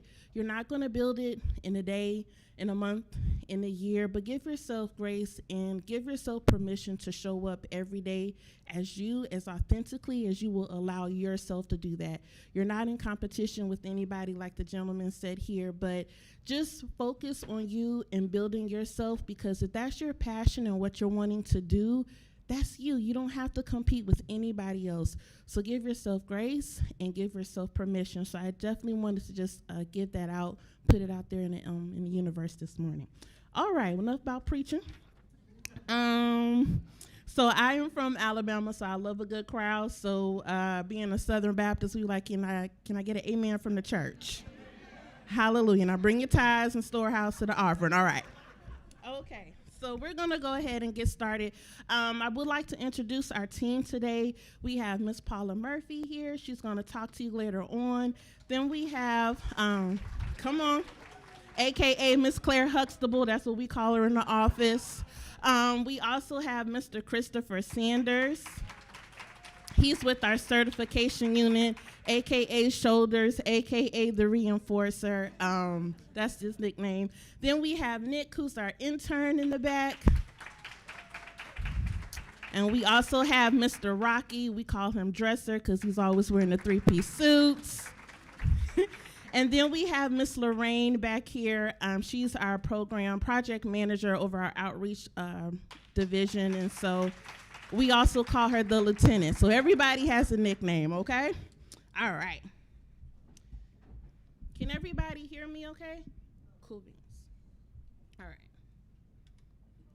So our agenda for today, we're going to talk about our accomplishments, BDSBO's responsibilities, our program overview, our vendor registration, self-certification, and our supplier search. We're also going to be talking about bidding opportunities, our job ordering contracts, portals and resources, and then Chris is going to come up later and do a certification tutorial, which I really think is going to be beneficial and impactful for those who need a little bit more assistance on how to navigate our software. Okay, so our new administration, Governor Shapiro and Lieutenant Governor Davis, they really have a strong stance on why it's important in supporting small businesses and small diverse businesses. And so this is a statement from him stating that I want every Pennsylvanian to know that our Commonwealth values what you bring to the table, and we will take an active role in breaking down the barriers to progress and partner with you. Make sure I have my notes here. Alrighty. So one of the reasons why we're here today is to provide support and resources for small diverse businesses, as I said before, but also to inform you on the current administration, as I stated, about the strong stance, but also to help you understand about the breaking down the barriers and providing an equitable playing field for entrepreneurs like yourself, really to be able to compete for government contracts, or as we say, like, where's the money at? We want you guys to get paid for the services and the passion that you're bringing to the communities of Pennsylvania, but also making sure that you all have the right seat at the table that's going to be able to benefit you and your passion for business. Okay? Now, within the tutorial that Chris is going to be giving later on, he's going to be going over these 3 programs. So this is just a brief overview. So we have the small business, small diverse business, and we have the veteran business enterprise. And I'll go over that a little bit further. Okay? So as we continue to move the needle, some of our progress within our Bureau is that over 504 small business reserves designated contracts yielded over $42 million. That's a lot of money that has been integrated back into the community. I know we were talking about earlier about how small diverse businesses really help bring about different jobs into the community. So looking at this, it seems that we did a really great job, right? So I like for the audience to be engaged. So if I give you eye contact, I'm also a facilitator, so I know when people are ignoring me, but I promise you I won't call on you. So now we're gonna go over our fiscal year for 2021 to 2022. So who was affected? Over 4,700 total DGS, and that stands for Department of General Services, were certified small businesses. We had over 1,400 who were small diverse businesses, 191 of small diverse veteran business enterprises, and 71 veteran business enterprises. How much money is involved? Nearly $1.0 billion went into the pockets of small businesses. I wish I would have got some of that money. $4.9 billion on Commonwealth spend, in addition to $95 million for small businesses, small diverse businesses, and veteran businesses. Also, I definitely want to remind everybody on the table, we do have our packets, our small business packets. So please don't feel like you have to write everything down that we're going over with you. They are located there. We also have a table just in case you want to pick up multiple packets, okay? Just a reminder for you.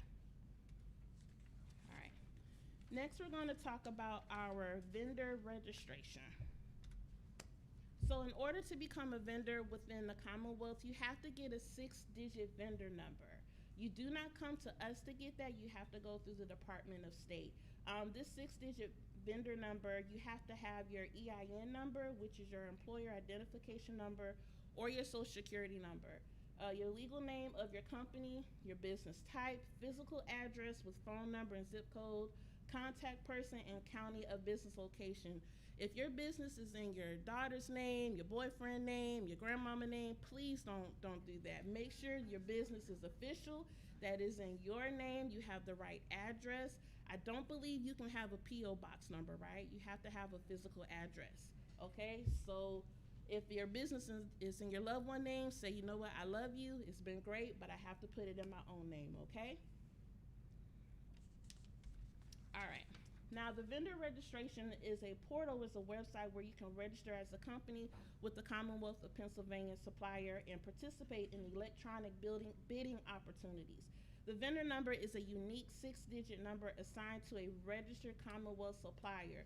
So in order for you to become a small business, you have to have that vendor number. You can't do small business, then vendor number, right? So what do we all have to have before we become a small business? A what? Awesome. All right. Okay, so here you'll go and you'll register. Okay, so this is our PA supplier services. So this is where you'll have an opportunity to go and you look up different other organizations such as CoStars, Public Works, Procurement Handbook, all those things. That's really not important. You really want to look down to the left-hand side here where it says PA Supplier Portal Registration, where you'll be able to go in and start your vendor registration. Okay? Now, these are just some quick links for you.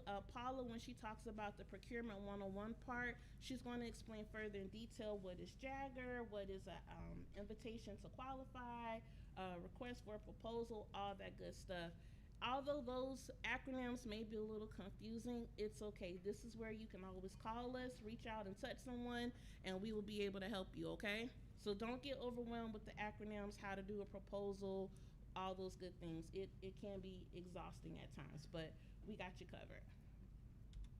Okay, so now we're going to talk about the self-certification process. Okay.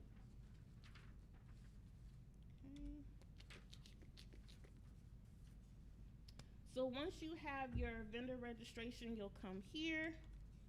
And this is our infamous PRISM, right? But it's also where you can come and start your certification. You want to go to the, what is that, the right-hand side? The right-hand side where it says self-certify or recertify as a small and small diverse business. Don't click anywhere on the screen except for that link. If you do, it's going to take you through a jungle. You're going to get exhausted, quench your thirst, and you're going to have to come back to us. So please be sure that you click that link that states self-certify or recertify as a small or small diverse business. Okay, so I know I mentioned earlier about these specific programs. So in order to be certified as a small business, you have to be for profit. Unfortunately, we do not do anything concerning nonprofit. You have to be independently owned, non-dominant in this field of operations, so we can't do anything with Chick-fil-A because you're already dominant within the U.S., right? So you cannot be dominant in this field, no more than 100 full-time employees, and you may not exceed a revenue of $38 million. That's in order for you to be a small business, okay? Now, in order for you to be certified as a small diverse business, you have to get your third-party certification. We do not provide that. However, there are local chambers or other organizations, and you can also go on their website and you can apply for that as well. Some do have a cost, some don't. We don't have that information here for you, but once again, if you give us a call, we can definitely provide that to you as well. Now, once you get your third-party certification, you'll get that. It's going to take anywhere between 90 days. It may take longer depending on how many certifications you get. You just don't have to have one third-party certification. If you feel like that you identify with all of these entities, you can get all of these certifications. But just know, once you do that, it may not be a quick turnaround, and we don't have access to that type of information. So once you get your third-party certification, you come back to us, and then it takes about 10 days for us to verify that. Once again, that's not my department. I'm compliance. I make sure that you get your coins, right? You want to talk to Mr. Christopher with the certification unit. He can be able to assist you more with that. But in order to be certified as a small diverse business, they have to be at least 51% owned by a person of color, person who identifies as LGBTQIA+, a veteran. Now, when we have our veterans, we have a veteran disabled and service disabled. Service disabled is meaning that you have to have obtained a disability while you were serving, right? Veteran disabled is meaning that you obtained that disability after you retired. Does everybody understand that? Okay, cool. So once again, you come to us, you can certify as a small business, 10 minutes, right? Now, if you want to get your third-party certification, you have to do that on the outside. You'll get that. Takes about 90 days. Then you come back to us. We'll verify you in 10 days. Right? Any questions before we move on? Awesome. Okay. So this is just another example of our registration page where you can go in and you'll see a little link there that says Start Your Application. So I already went over this, but self-certification is immediate. As soon as you go through our website, you'll be able to become self-certified. You don't have to be certified as a small, diverse business. If you just want to stay as small business, you can that's at your discretion. But if you want to, there are a lot of benefits in becoming a small, diverse business. But as I stated earlier, it takes about 10 days once you go through that process for us to verify you. Okay? So as a small business certification, the renewal is about 2 years. The renewal period opens about 30 days prior to your expiration date. We do show you all some grace, so we'll give you a 15-day grace period, but we will let you know with different types of communication. But if your certification lapsed, that is going to cause some delays. So if you're doing a contract or something like that, make sure that your certification stays up to date. Okay? So the benefits of becoming a small business or getting into our database is that you get free marketing. I don't know about y'all, but I love free 99. It is the best thing since sliced bread. So free marketing is always good. You get access to our prime contractors, other organizations who are really seeking to work with small diverse businesses. You also get the opportunity to research competitions, in addition to being notified about opportunities, special events, and even networking activities.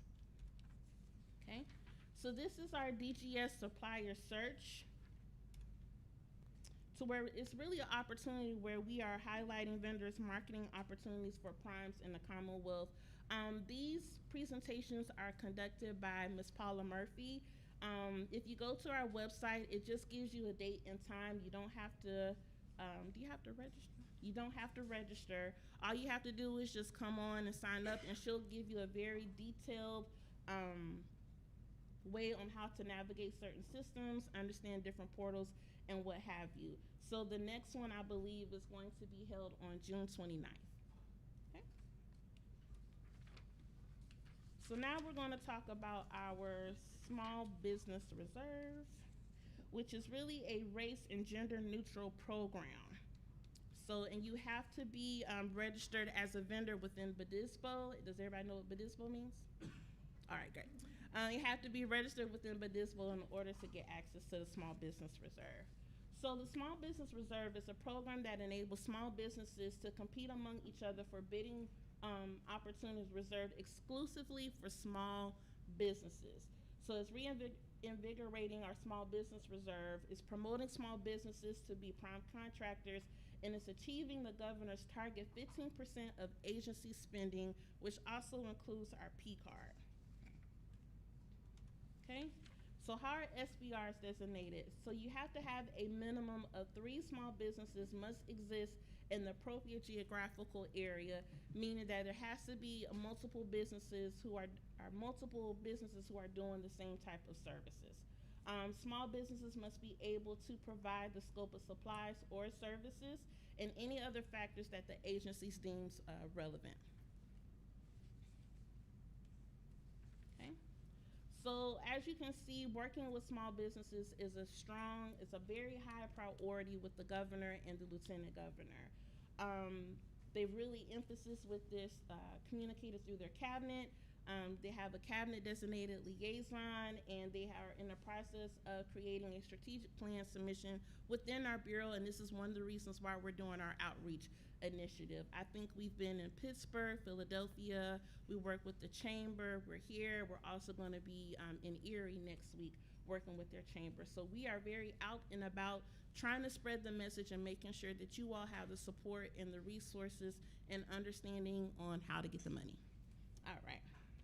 So one of the things that I really just want to stress about the priority for this program is that we want to make sure that you all have the knowledge, but we're really here to bridge the gap in promoting partnerships and working with small, diverse businesses. It's about equity, but it's also about access and opportunities for those. So this is one of the things that we're really stressing and making sure that prime contractors understand, but also other businesses owners understand the importance of working with small, diverse businesses. So do we have any questions? Yes, ma'am. Do you guys work with PTAC, or is that totally, okay? Yep, yes, ma'am.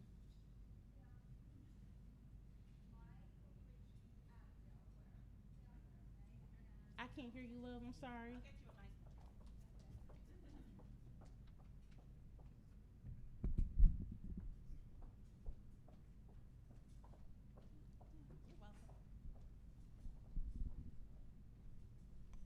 Should yell.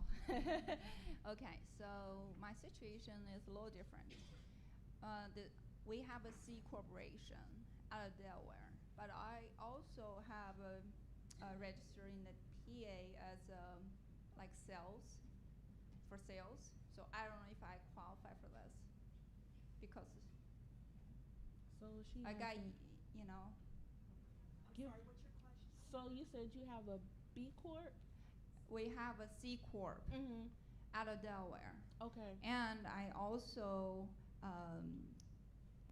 have registered for sales in the in Pennsylvania. So my question is, am I qualified? That's a Or this question. is only for Pennsylvania? That's a question for Chris. You can be out of state as well. Yeah. You do out state as well? Yes. Awesome.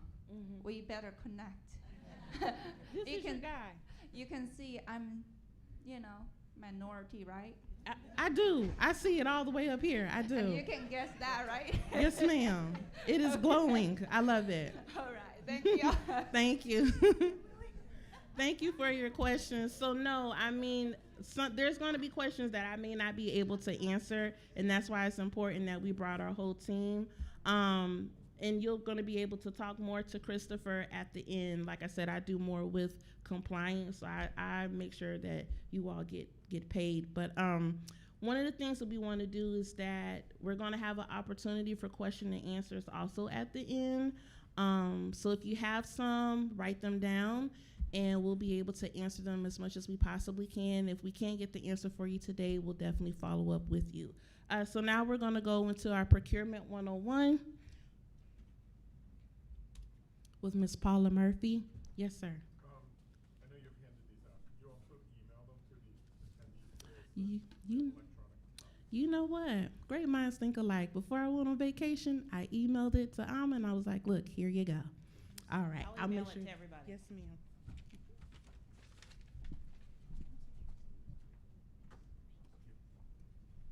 A round of applause for Hattie B.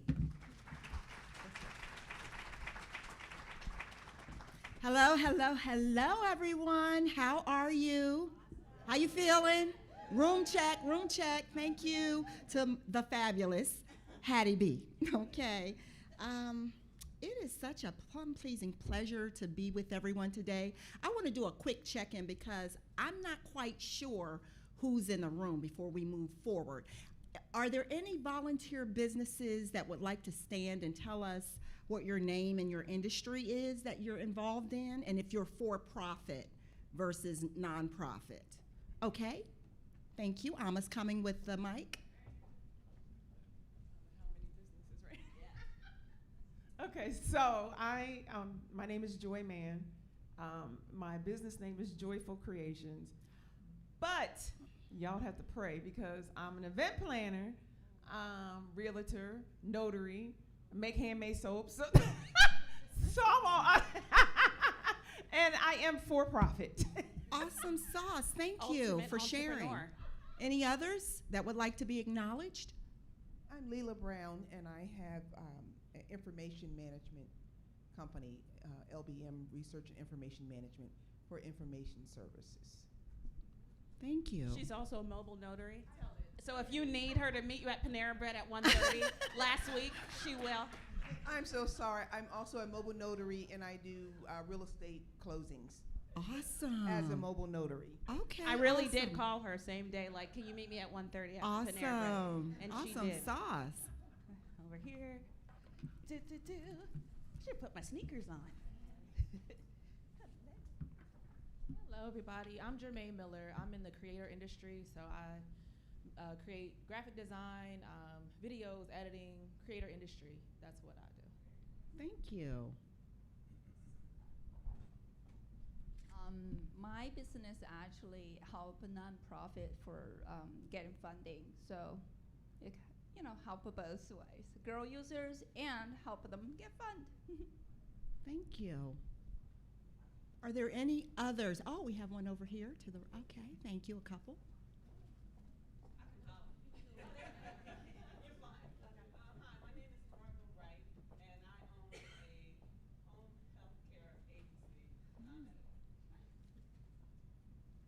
Thank you, Margot. Hello, my name is Vivian Harris. My business is Vivian Speaks LLC, and I do individual and group counseling for mental health services, drug and alcohol, whatever you have concerns with, I counsel you for. Thank you. Any others that would like to share? Oh, we have some over here. Thank you. My name is Wajid DeShields, Neighborhood Construction Partners, and glad to be here. Look forward to receiving all the information that's available. Commercial now. Okay, okay. And we've had some interaction. Wonderful. Yes, yes. Thank you. Thank you, everybody. Any others? Any others? We don't want to miss anybody that would like to share. Hi, my name is Darnell Holland, and I own Holland Interiors and Renovations, and I've been in business about 8 years. Awesome. And you're a Cowboys fan. Whoop, whoop, whoop.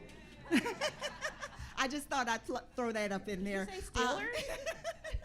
I don't want to start anything. Well, I know. Okay. Am I starting off on the wrong track here?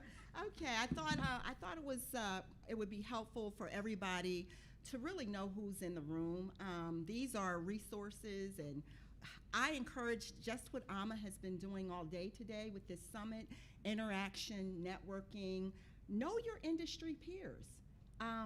Diversify, know your industry peers. They may not be in the same industry as you, but it's really important and really good for you to network with them, because chances are that person may have information that could give you your next meal to eat, and that's just the bottom line. You heard Hattie talk about the coins piece. Well, bottom line is relationships, partnerships, collaboration. It does matter. It does matter.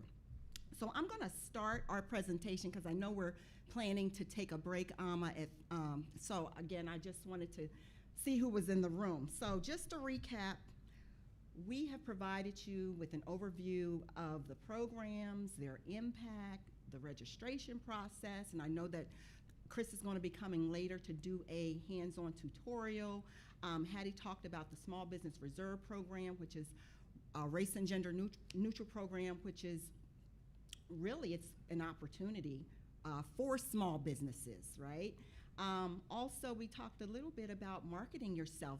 The free 99, I like that, right? That Hattie talked about, which is one of the benefits in being in our directory with the Department of General Services. So now what I want to do is just delve into a little bit of procurement, right? Because how many of you know this really could be an all-day presentation, but we're going to give you just a little bit, a little teaser, the wet your whistle, and but we will be here afterwards for any questions that you may have. So what I want you to think about, like right now, right? This room that we're sitting in, right, the construction and the erection of this building, we here at the Commonwealth, we procure for that, right? The heating, ventilation, and air conditioning that you may feel if you're feeling a little hot, we procure for that. The plumbing and piping, we procure for that, right? The lights that are on, you know what? The systems, the electrical systems, we procure for that. The chairs and the tables that you're at, furniture, we procure for that. These are all things that the Commonwealth procure for. Oh, and I don't even want to stop there, because how about that laptop and that equipment that you're working on right there? And those pencils and those pens that you're utilizing. We procure for all of that, right? So our job here today is really, really simple. Our role is to do this. We want to educate you, right, on our programs, our methodologies, to position you to propel yourself to position and compete with the Commonwealth of Pennsylvania. That is why we are here, because we want you to position yourself to win. Anybody here want to win? I want to hear some winning feedback here. Okay, that's a little better now. Okay. Got to make a believe. If you don't believe it, nobody else is going to believe it. Bottom line. That is the bottom line, and that holds true for your business and your company. If you can't sell it to yourself first, how can you possibly sell it to a financial a bank, right, or a financial institution? Bottom line, right? So like Hattie said, I ain't gonna do too much preaching today, but I just want to put that in your spirit. So in terms of the procurement policy, you know what? Our procurement activities, they are all governed by Title 62 of the Procurement Code, right? There are some noted exceptions that you see here. The investment of funds in certain grants and intergovernmental contracts, as well as like the DHS Medical Assistance Provider Agreement, right?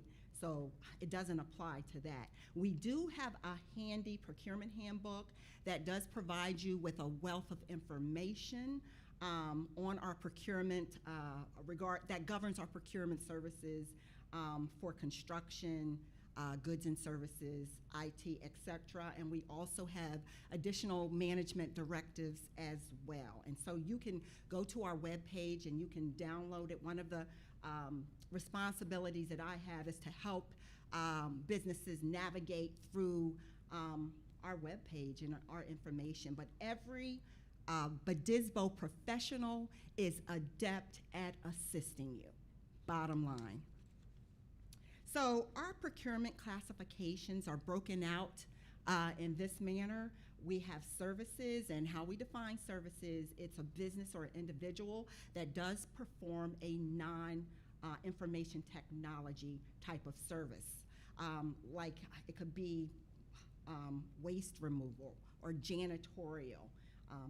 For materials, that's a tangible or movable product with little or no information technology. So you heard me talk about furniture, and certainly that food that's being hosted by AMA and Penn State and other partners.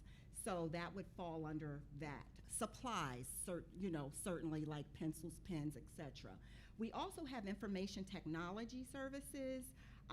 That's a business or an individual that performs IT-related services, like setting up a network or a system accordingly, designing a program, etc.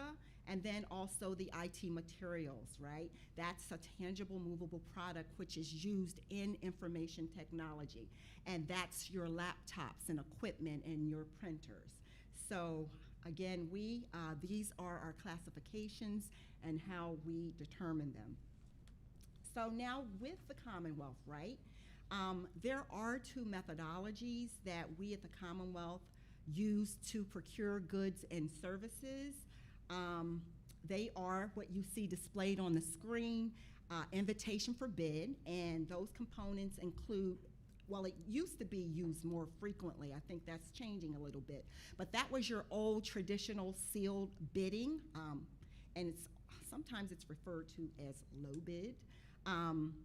And the award is made by the Commonwealth based on price alone. And there are some exceptions, and I know that with our new goal setting, well, our goal setting methodology that came out of this whole disparity study, there are solicitations that are low bid that can actually be set with a goal.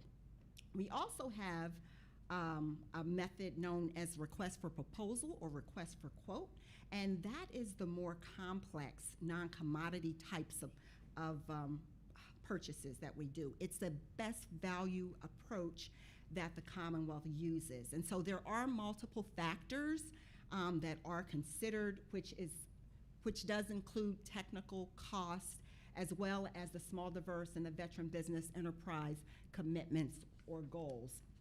And so here you'll see, just to expand on the three components that I'm talking about that we consider for the best value, it does include, and these are for requests for proposals and quotes, technical does comprise up to 65 to 70% of the available points, and what the respondents have to do is outline how they're going to tackle the problem, and they're going to need to tell us about their experience and any key personnel on their team that they would be utilizing.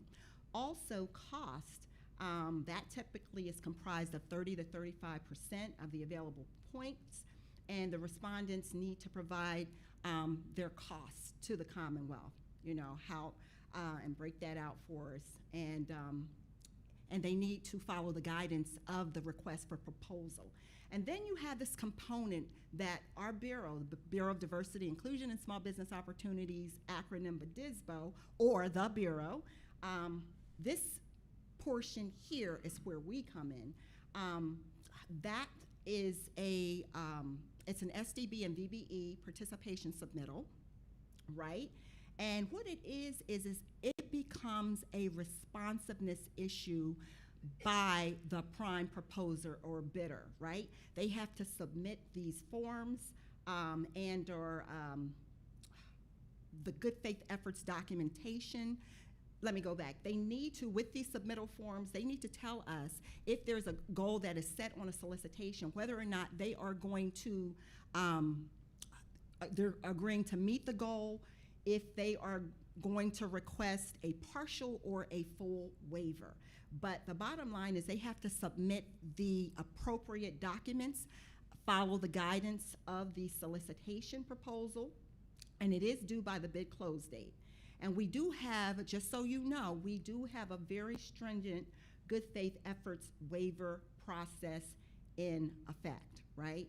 And if a good faith efforts waiver is not granted, that prime could actually risk not proceeding to the final step of the review. So keep that in mind. So we do have, in terms of continuing on with our methodologies, the Commonwealth does administer a number of procurement programs and methods. Again, you can reach out to me or any member of our team, and we'd be glad to provide some services for you to help you navigate finding some of this information.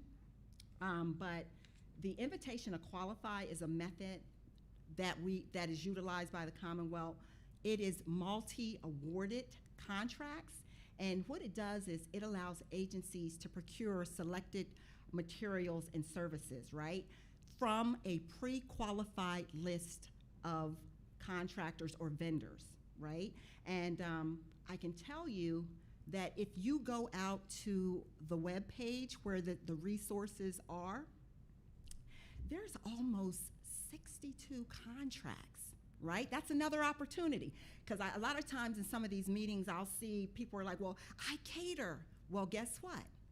We have an ITQ for that, right? So some of the ones that are out there now, it ranges from asphalt, catering services, you heard me mention, consulting, event planning, I heard of an event planner, facilities maintenance, moving services, security guard services, tree trimming, sterilizations, even helicopters, and so much more. So that's an opportunity for you to do business with the Commonwealth. So please feel free to check that out. And there are some new Small Business Reserve ITQs that I understand that's going to be coming down the pike. So in addition to procurement, right, how am I doing on time? Because I want to be honorable. Okay. Finish that thought, though. Go ahead and finish that thought. I can hold it. You are? Yeah, Okay. yeah, I All right, can we're going hold to it. take a quick 10-minute break. And by the way, this is going to be the last break before lunch. So if you want any of that breakfast over there, this is your last chance to get it.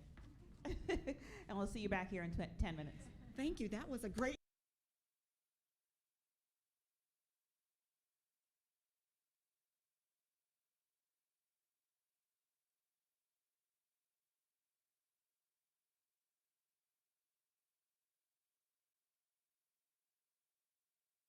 Minutes. Thank you. That was a great.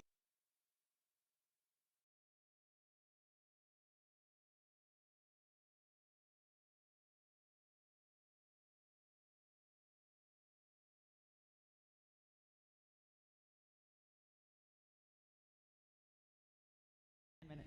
Thank you. That was a great.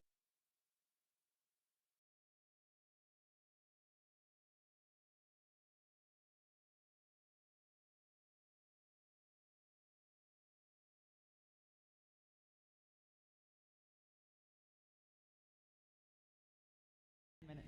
Thank you. That was a great.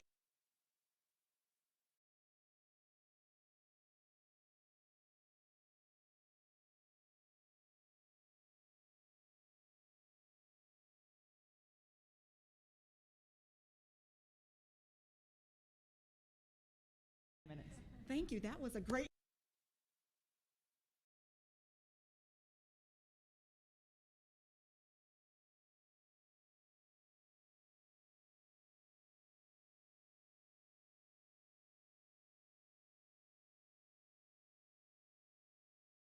Minutes. Thank you. That was a great.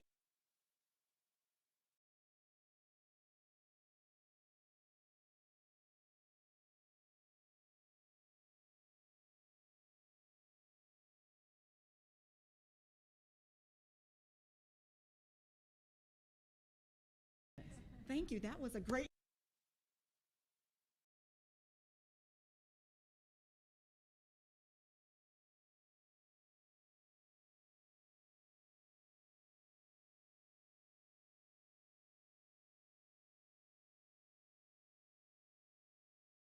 Thank you. That was a great.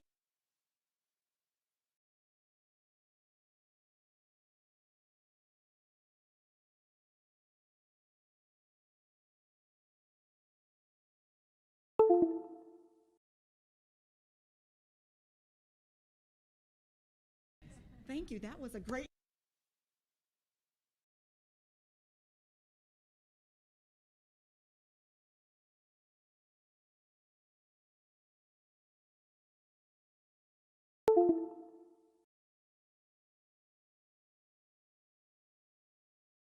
Thank you. That was a great.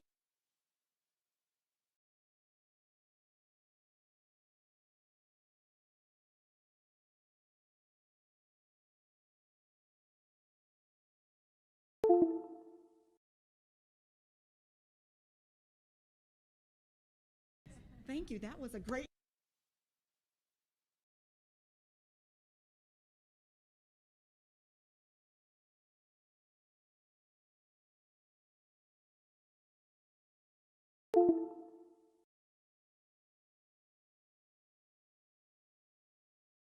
Thank you. That was a great.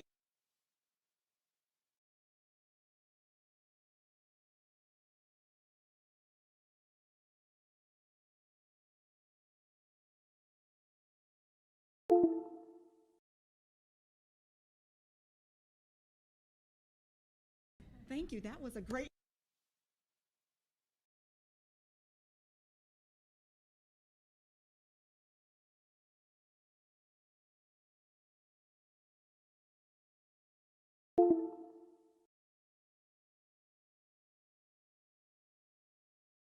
Thank you. That was a great.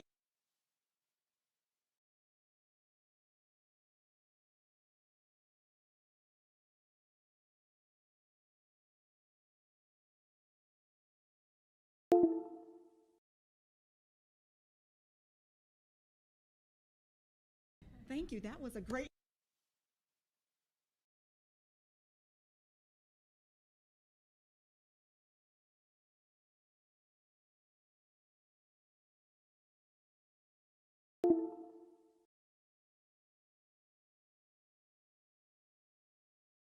Thank you. That was a great.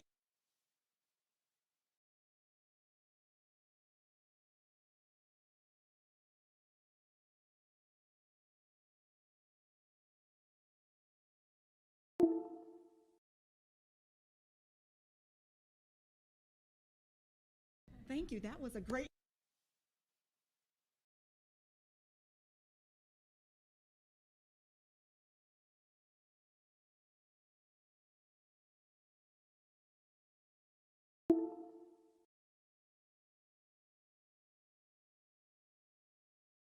Thank you. That was a great.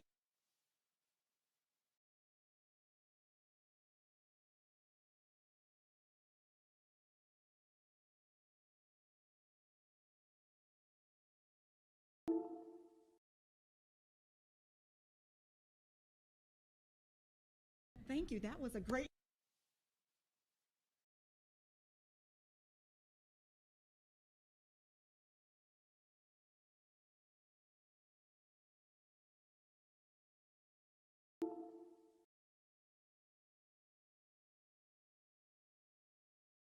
Thank you. That was a great.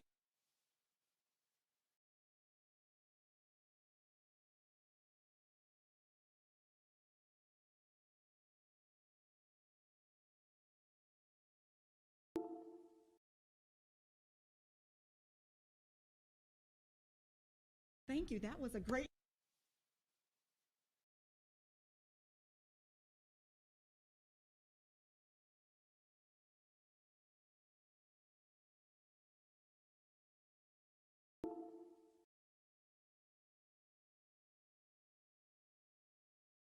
Thank you. That was a great.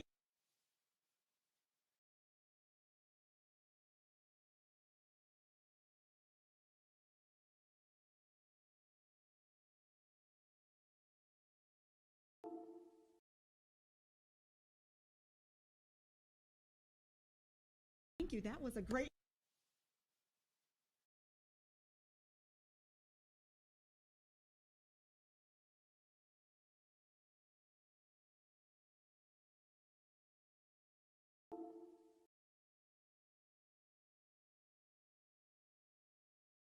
Thank you. That was a great.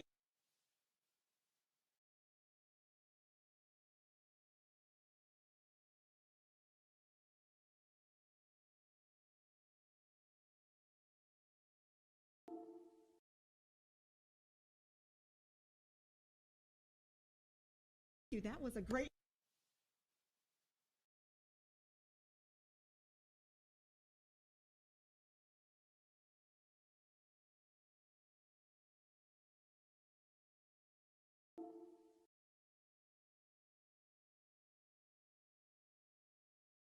Thank you. That was a great.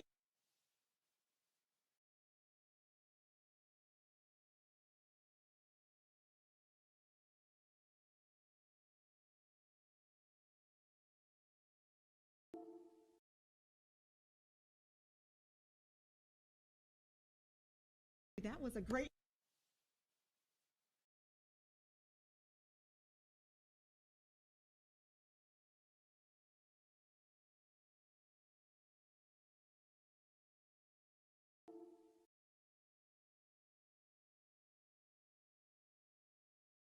That was a great.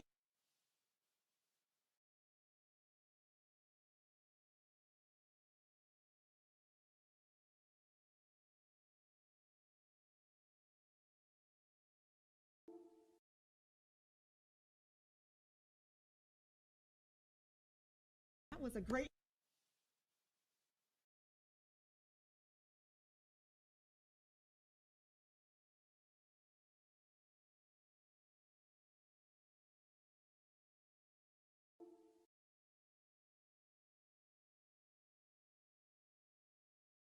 That was a great.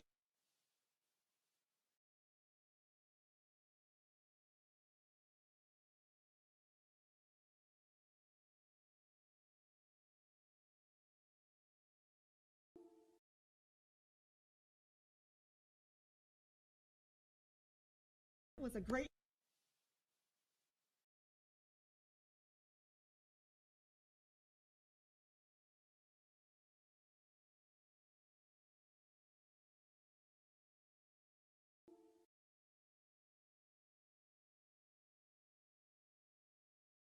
Was a great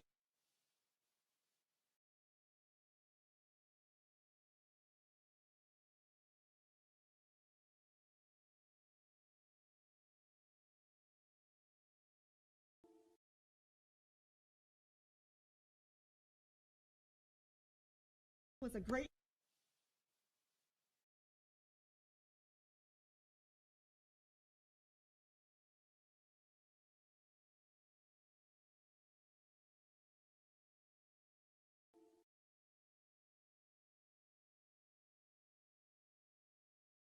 was a great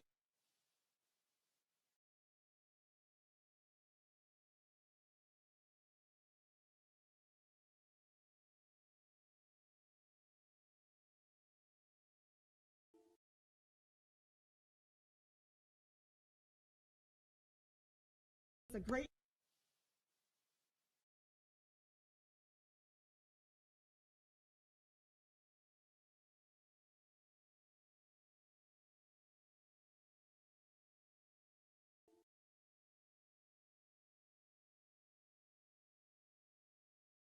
was a great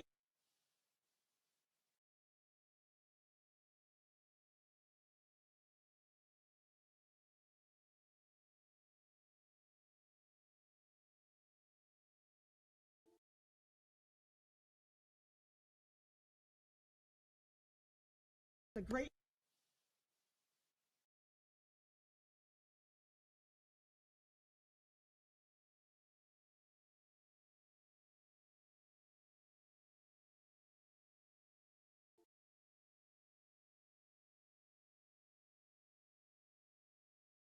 great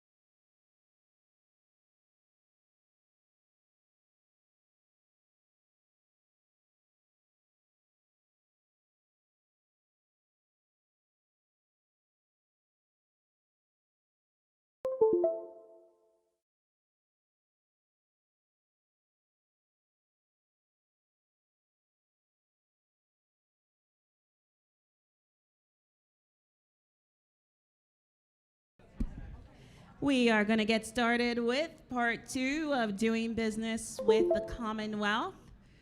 Got some good energy, good conversations going. I want to throw out a resource for you because quite a few people have asked, how do I get connected? What type of groups We are going to out get there? started There's with a group part called 2 of Keystone doing Merge. business Someone with mentioned the that earlier. Commonwealth. Look that up. Keystone, Got I think some it's actually good KeystoneMerge.org.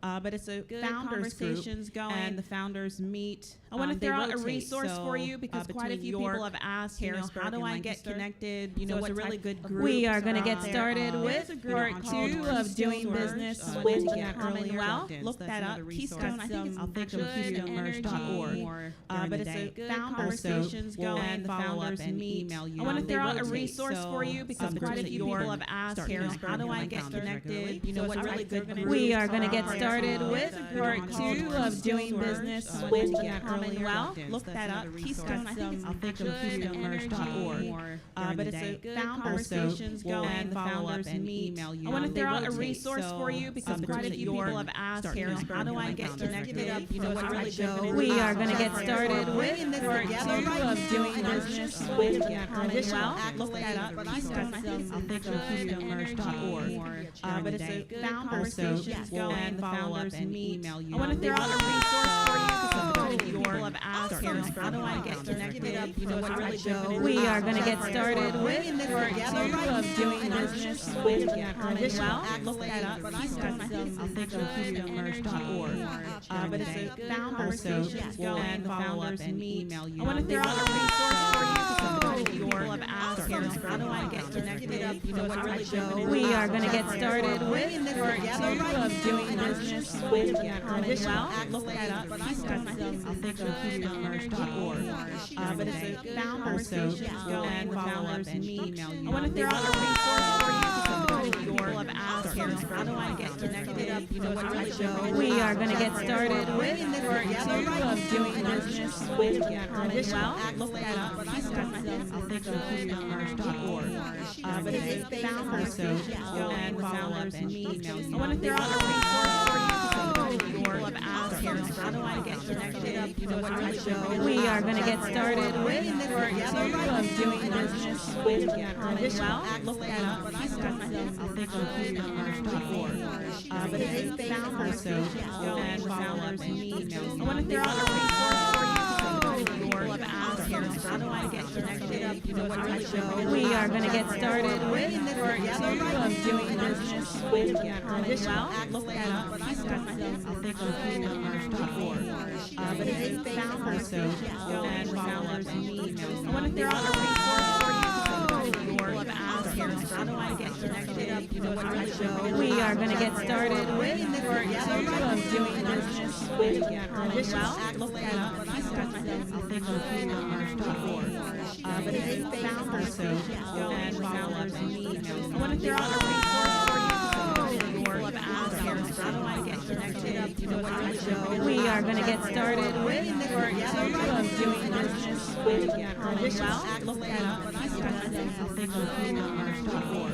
but it's a good conversations going, and the founders meet. I want to throw out a resource for you because quite a few people have asked, how do I get connected? What type of We are going to get started with part 2 of doing business with the Commonwealth. Look that up. Keystone, I think it's good KeystoneMerge.org but it's a good conversations going, and the founders meet. I want to throw out a resource for you because quite a few people have asked, how do I get connected?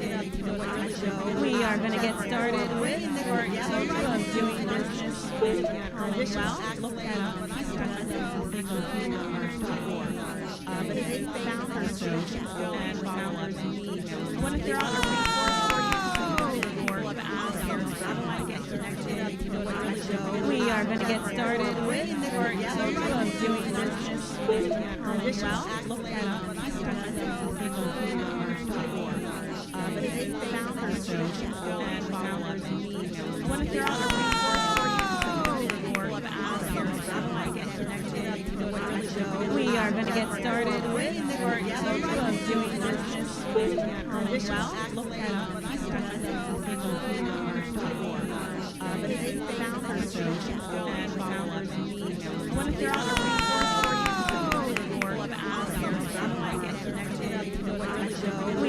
to get started with or capable of doing business with well, look that up. But if they found her, so go and follow up and meet. What if they're on the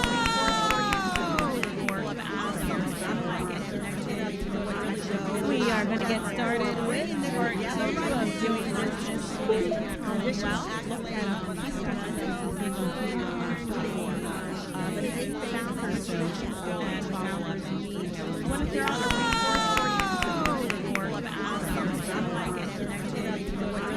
we are going to get started with or capable of doing business with well, look that up.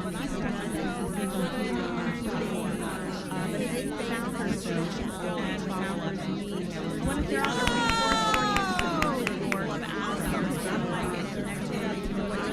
we are going to get started with or capable of doing business with well, look that up. But if they found her, so go and follow up and meet. What if they're on the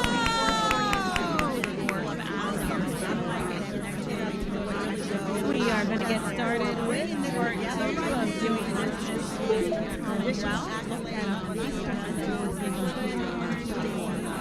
if they found her, so go and follow up and meet. What if they're on the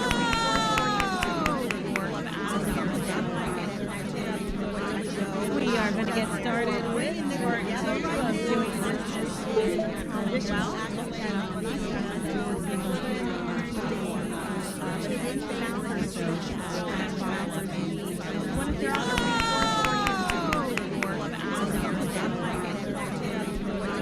we are going to get started with or capable of doing business with well, look that up. But if they found her, so go and follow up and meet. What if they're on the we are going to get started with or capable of doing business with well, look that up. But if they found her, so go and follow up and meet. What if they're on the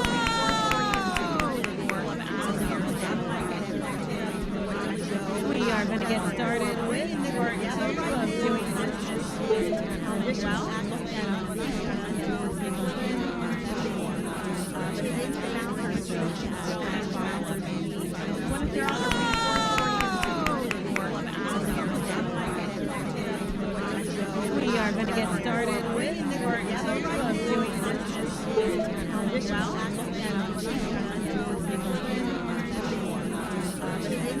her, so go and follow up and meet. What if they're on the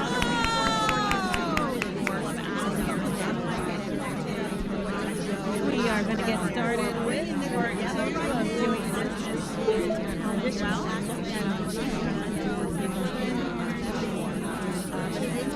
if they found her, so go and follow up and meet. What if they're on the we are going to get started with or capable of doing business with well, look that up. But if they found her, so go and follow up and meet. What if they're on the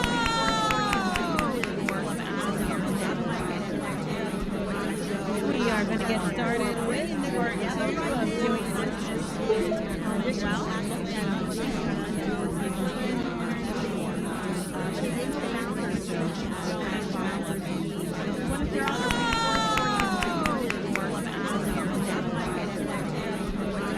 we are going to get started with or capable of doing business with well, look that up. But if they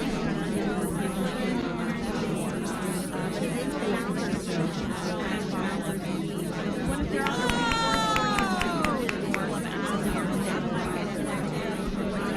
we are going to get started with or capable of doing business with well, look that up. But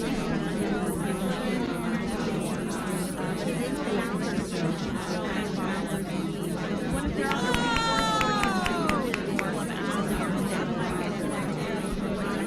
we are going to get started with or capable of doing business with well, look that up. But if they found her, so go and follow up and meet. What if they're on the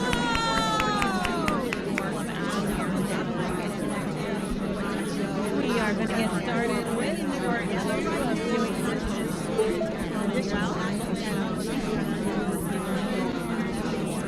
But if they found her, so go and follow up and meet. What if they're on the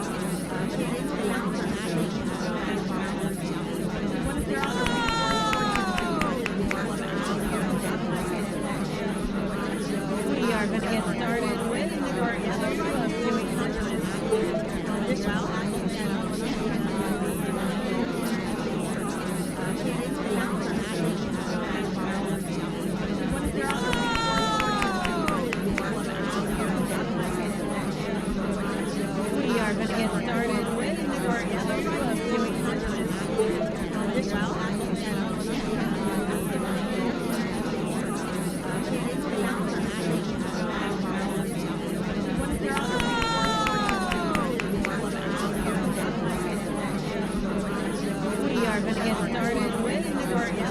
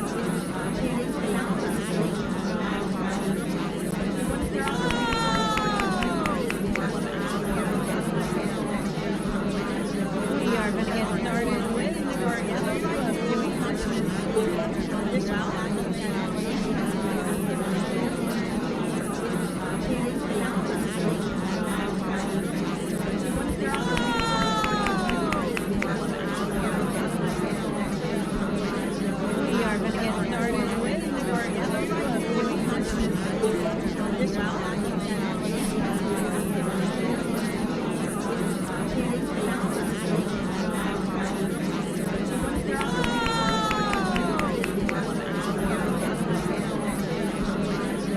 started with our yellow of doing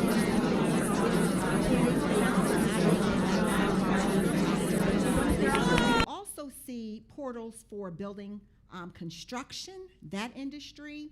You'll see for capital programs, eBuilder is the portal that is utilized. You'll also have the Department of Environmental Protection. They have their own portal. And then the Department of Conservation and Natural Resources, they also have their own portal. Now that's for non-highway construction that you see right there. There's also, and that's vertical construction is what we refer to that as. But for horizontal construction, which is for highway construction, PennDOT has their own engineering and construction management software portal. Again, under that, you'll find DEP as well as DCNR, which I talked to you about just previously. And then for goods and services, we have the portals that I just went over with you, the Jagger system, the ITQ, and CoStars and PennDOT. All of that is located there. And so there are resources for all industries. Again, feel free to check our web page. We can provide guidance. I know that this can be overwhelming. Like someone mentioned earlier, make sure you're doing your homework. And just to talk a little bit, I know I touched upon job order contracting, but job order contracting, right? As I said, it is the Commonwealth Small Diverse and Veteran Business Construction Folio of projects. I believe this is one of them. And it does provide prime and subcontracting opportunities in construction and in professional design, right, for agencies that need those services. And as I mentioned earlier, that dollar value range is from $10,000 to $400,000 or less. The old contract is expiring on June the 30th, and the new one will be coming into play on July 1st, right? And so there are opportunities through this program for construction all across 7 regions of the state. There are 28 contracts in multiple disciplines. Disciplines for construction, meaning construction, HVAC, plumbing, and electrical, all of those points. And there is a consultant that manages it, FOS, forget what the acronym means, but even under that consultant that manages it, there are already awarded prime contractors that are responsible for managing the work in the 7 regions of the state. They've already been awarded.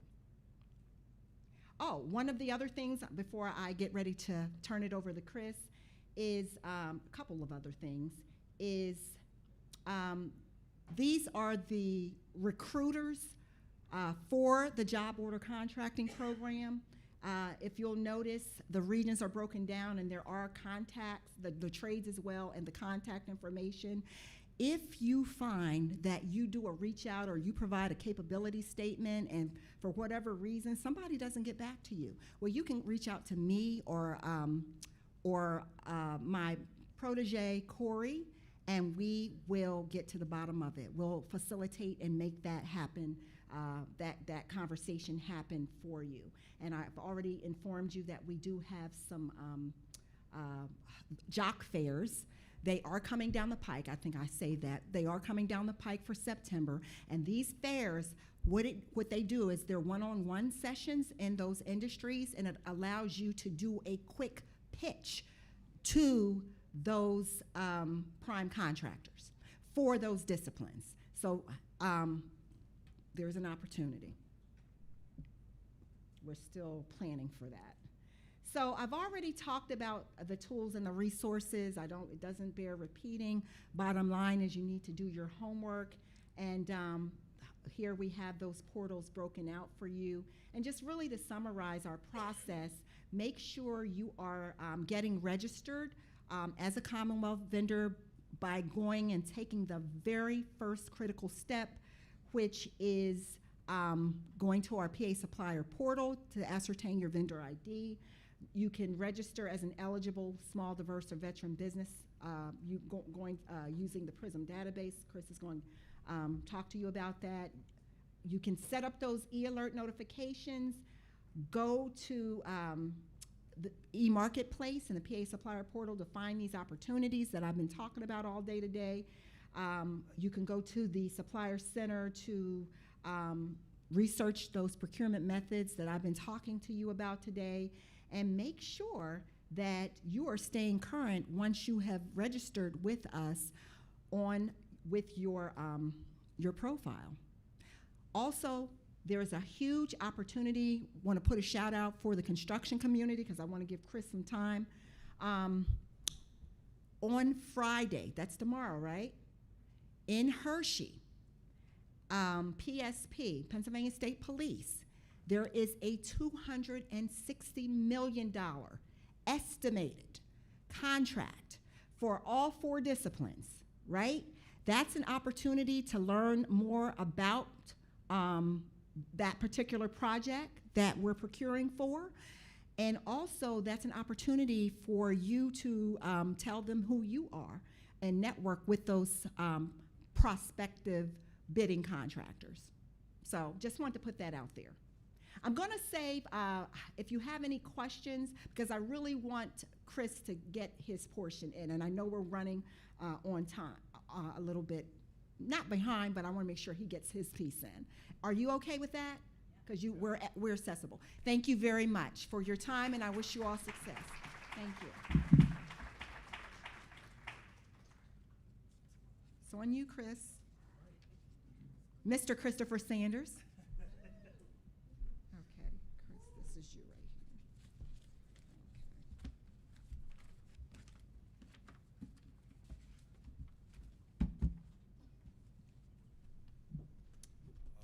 Hello, everybody. Can you give Miss lovely Paula Murphy a hand, please?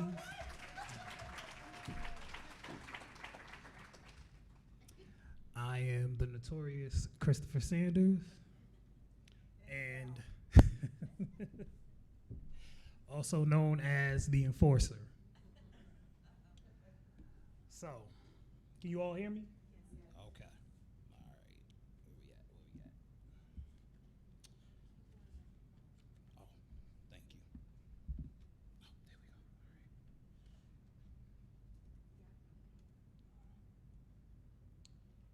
All right. So I wanted to take you through, excuse me. I wanted to take you all through the packet that you have on your tables right now.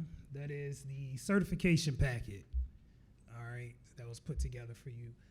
When you get the electronic copy, there are hyperlinks that is in the actual packet. All right, so that'll take you through as far as going to the third-party certification portion, and then you'll see the requirements when you be able to sign up for the SDB portion. You'll see the requirements that are asked of you when there. We don't have any control over that, but that's just one of the portions that you would have to also meet with that third party. All right, so the most important part that I really want to stress to you guys in the beginning of the application is you must have your EIN number. That's first and foremost. The second part is you have to have your 6-digit vendor number, okay? That is critical because you would not be able to complete this application without those two numbers, okay? All right, does everybody have their EIN number, vendor number? Okay. And first of all, let me back up. Give yourselves a round of applause for even being here. Let's do that, okay? Give yourselves a round of applause. Be proud, be excited, everything. Be happy because you have to believe in yourself. You believe in yourself, you can accomplish anything. Doesn't matter what's in your way. As long as you believe in yourself, you can accomplish anything. And this is the first step. All right. I'm a coach also, so that's part of it. All right. So again, the self-certification portion, that's immediately. As long as you meet the criteria, which is in your package, you meet the criteria, 38.5 million within the 3-year average. As long as you don't gross more than that. Also, we would need as well as your 3-year tax statement. Now, if you don't have a 3-year tax statement, you can just write a letter on the company letterhead indicating that my company started on such and such date, year, and that'll suffice. All right. Any questions? So we'll move along. All right, as my esteemed colleague Hattie B addressed to you guys earlier, the portion that you want to look at when you go into the application or PRISM is the self-certify or recertify as a small business. You don't want to click on anything else. That will take you to the portion of the application where you begin. All right. All right, and then you want to click on at the bottom left corner. Start your application process. All right. Now, this part of the application process basically is self-explanatory, but again, you want to make sure you have your tax ID, vendor number. I can't stress that enough to you. Sometimes we get people that they're excited about the process, but they don't have their vendor number. They have their tax ID and then they don't have the vendor number. But again, that's something that you would take up with the Department of State. Get your vendor number. It's very easy. It's not as hard as what it is. This packet is very detailed, but it's more pictures than anything, just to walk you through, okay? But again, if you have any questions, feel free to call. I have left my business cards on the table, and any one of us in the certification unit, we can help you with that. Any questions, concerns, or anything. I'll even sit with you on the application and walk you through it if you need help, all right?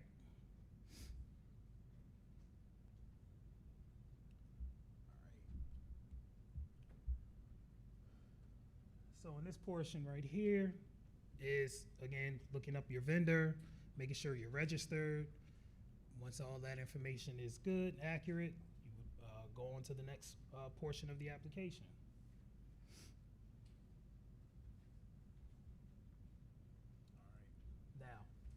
This is critical also because you want to make sure that you have an accurate email that you can get to. Some people, they put down any old email and then, they need to get back to their application, can't remember what their information is, and then they're stuck. Not necessarily stuck, but it's a process that you have to go through, which we would also help you with that. But make sure you put your most up-to-date email information, your demographic information. As Hattie stated earlier, you want to make sure that you have a physical address, all right? So email is critical because you get updates. Again, as we talked about, the e-alerts. You want to make sure that you have the most up-to-date, accurate information when you fill out the application. It can be updated, but that's something that you can do again.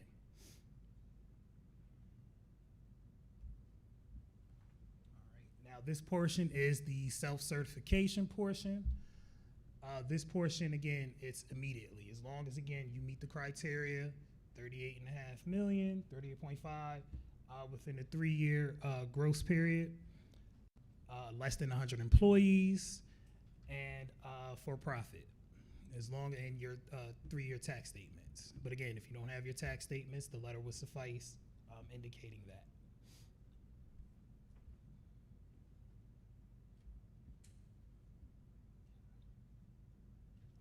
All right, and these are in here at the bottom. You would have, you would have your codes that would identify what your services that you provide, okay? But again, there's a website with that touches on that, where you would put specific codes in to indicate what type of business you would have. Sorry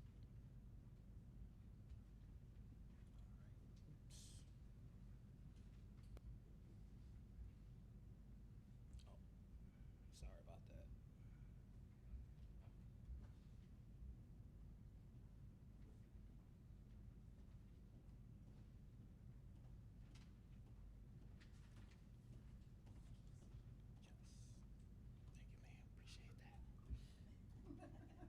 She need all new to my glasses. Thank you.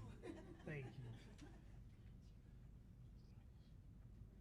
let me make sure. All right, here we go. Thank you.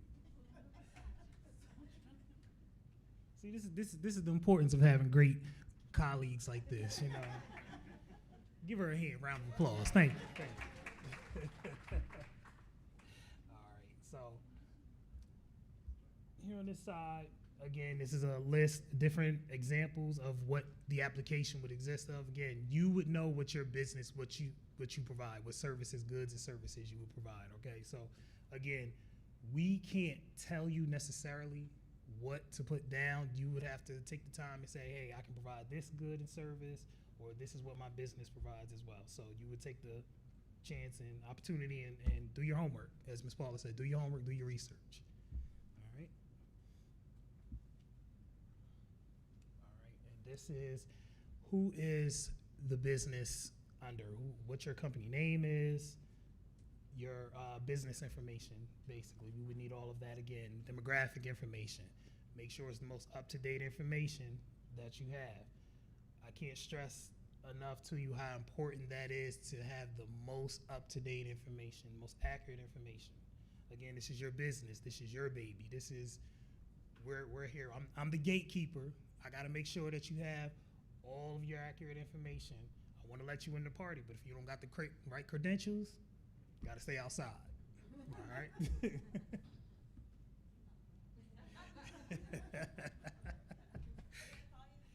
The enforcer. Yes, yes.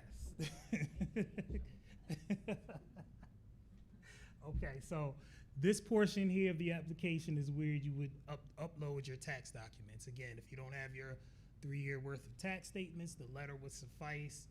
Again, don't let this discourage you if you just started your business.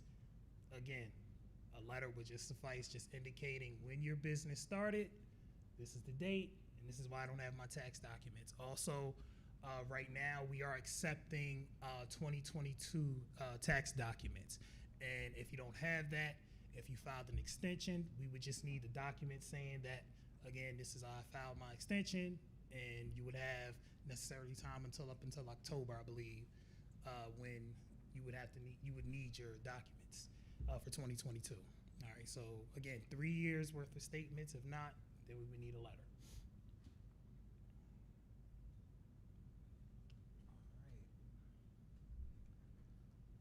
All right, so now this portion of the application is indicating what you are certifying for as far as the, again, self-certification, as well as the SDB. If you have the SDB portion, some people do, when they fill out the application, they have the SDB portion, which are the 7 outside third-party certification companies, national companies that we at the Commonwealth recognize.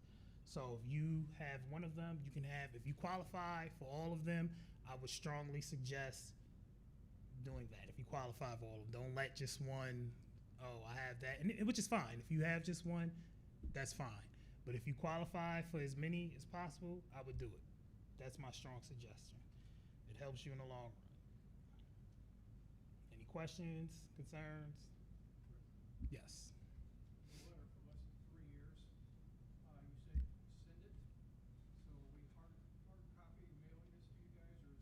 No, there's a, yes, in the application, there is a section in there where you can upload your letter, and that would suffice. All right, as long as it's on a company letterhead and it indicates the date that you started your business. All right. Any other questions? All right.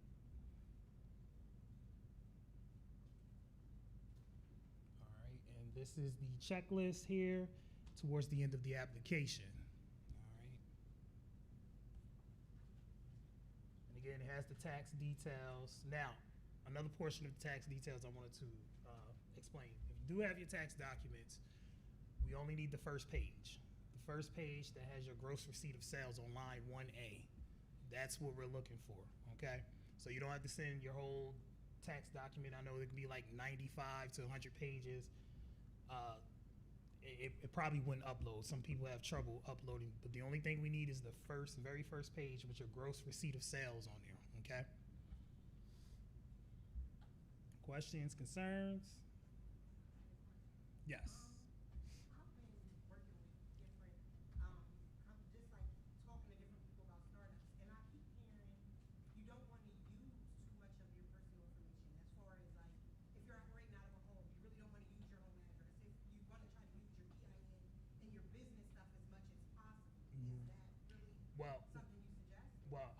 Well, we need a physical address. We do request that. You suggest like a virtual or? You mean a virtual, like a virtual home address? They have virtual addresses. Yes. Well, stuff like that, or where's your business? Where's your business located as far as that? As far as catering and stuff, it would be out of my home or Okay. I'm looking for a commercial kitchen, but they don't have a lot of commercial kitchen rentals. Right. In your case, we could see if we could use a virtual address. That's a good question. I've never had that before. That's something we could look into, definitely. My business card is on the table back there, but I'll get you one personally, and just call me, and then we can go from there, and I'll figure it out and ask around. I wanted to chime in for that. Yes. iPostal1.com. iPostal1.com. It's the, can you turn me on?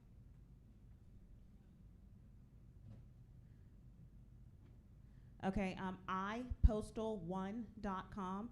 It's the virtual address, but now it runs through Staples.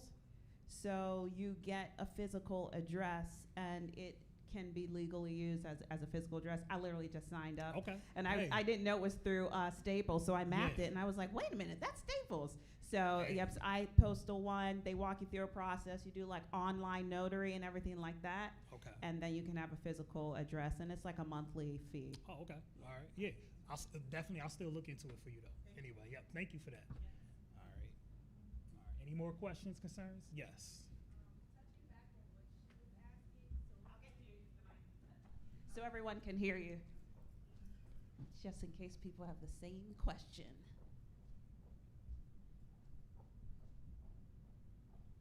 I just want to make sure, so touching back on what her question was about being foreign registered, so we can be foreign registered. Yes. As long as you meet the criteria, the eligibility requirements, that wouldn't be a problem at all. Okay. All right. Thank you. Yes. All right. Any other questions? All right. again, this is the tax return details. This is the portion that when you upload it, we would see in the actual physical application electronically. Again, stress to you enough, 3 years. If you don't have 3 years, we would need the letter. And again, it's the page 1 of the federal form 1120 or 1120S or 1065 or the 1040 Schedule C. All right. And again, just the first page of it.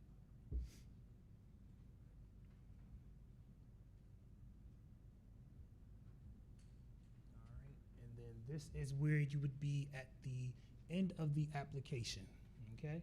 So again, make sure you have your most up-to-date information, and again, you would get an application ID towards the end once you complete the application. You would keep that application ID. I would suggest you keep that where you keep your tax ID number and your vendor number, all right? And you would create a username and password, so just in case you need to get back into Prism, have any updates that you want to make or anything like that. And again, you can call us as well, and we'll walk you through if you have any questions or concerns or anything and need any help or assistance. Phone call away, email away, business card is right on the table, and love helping people. All right, any questions? All right, so if not any questions, I want to thank you all for your time and attention. And I want to bring my colleague Hattie B back.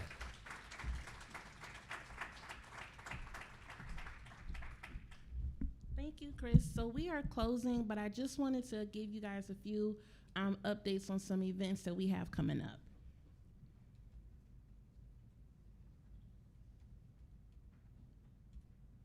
Okay, so we're, yes, sir. Go ahead. For the SBR set aside, the Small Business Reserves, are they located in any one particular place or any one particular system? The reason I ask is because on the PAU marketplace, there are like 196 open procurements right now. Only 10 of those have an SBR attached to them, and most of them are for deer carcass removal or snow plowing. I was wondering, is there another place for those? Are they centrally located, or, I mean, where are they? They don't seem to be. We do have small business procurements, to your point, on the e-marketplace portal. A lot of the opportunities agencies do reserve, but It depends. internally they should be checking a certain box. Mm-hmm. So, if you have, and don't forget, it is based on what the Commonwealth is procuring. It could be that there's only a few out there, because it's based on what the agency is procuring. So keep that in mind as well. But the e-marketplace portal is, in the ITQ, which is where those agencies will be reaching out to you. If you're on that list, they can reach you. They can reach you, and I know what your question is, but you should be able to find small business procurements. There is a box, I'm almost sure denoted for that, you can put out on that. Right, but right now, there are only 10 listed out of 196 active procurements, and all of those, for the most part, are snow removal or dead carcass. And historically, over the last 2 to 3 years, it's been the same thing. Okay, well, I'll take your question and we can, well, I will take your question and, we can do an additional investigation and research on that. Okay. But again, please keep, I appreciate your question, but again, it is based on what agencies are procuring, and I get what you're saying as well. So I'll take your information and we can further investigate. All right, great, thank you. That's a good question. Good question. So awesome. So we have, for a more in-depth, we're going to be doing a Commonwealth Connections with BDSBO on a monthly basis. For right now, where we're going to talk about our certification unit, how to get certified, how to register with the state, also some other programs that will help support you and your business. So we may have Chris or another representative from our office to do our certification workshop. It's probably going to be from 12 to 1. Bring your food, just don't be smacking on camera. But it'll be an opportunity for you to have a more in-depth understanding of what we went over today. In addition to that, we are Going to have our Small Diverse Business Summit in October. It's going to be during Med-Week. Med stands for Minority Business Enterprise? Minority Economic Development. I'm still learning. Okay, awesome. Is that right, the lieutenant? Is that right? Okay. So please come out. We're also going to be hosting a Shark Tank for new businesses. So like if you're trying to get some coins, there's going to be some incentives for you. So if you have a good pitch, we're going to have some judges. It's going to be a 2-day summit. So it's going to be on October 5th and October 6th. Still working on the location, but in addition to that, we're going to have some food. So come and get your bellies full, quench your thirst. And then on the next day, we're going to have a full day summit to where you're going to be having more opportunities, potentially meeting our Lieutenant Governor, our Secretary of Department of General Services, and learning more about what we do as BDSBO. So please feel free. We'll be on the lookout for that information. We'll share it with Ms. Amajo. And make sure that if you have any questions, please don't sit at home contemplating what you need to do. Just do it and call us. We will really, really try our best to help you as much as we can. If we don't know the answer, please do not get upset. We will find it for you. Okay? So now we're just going to open it up for question and answers. We maybe have like 2 minutes. I'm going to sit down, but if you have any questions you would like to ask, we will be more than happy to do that. Thank you.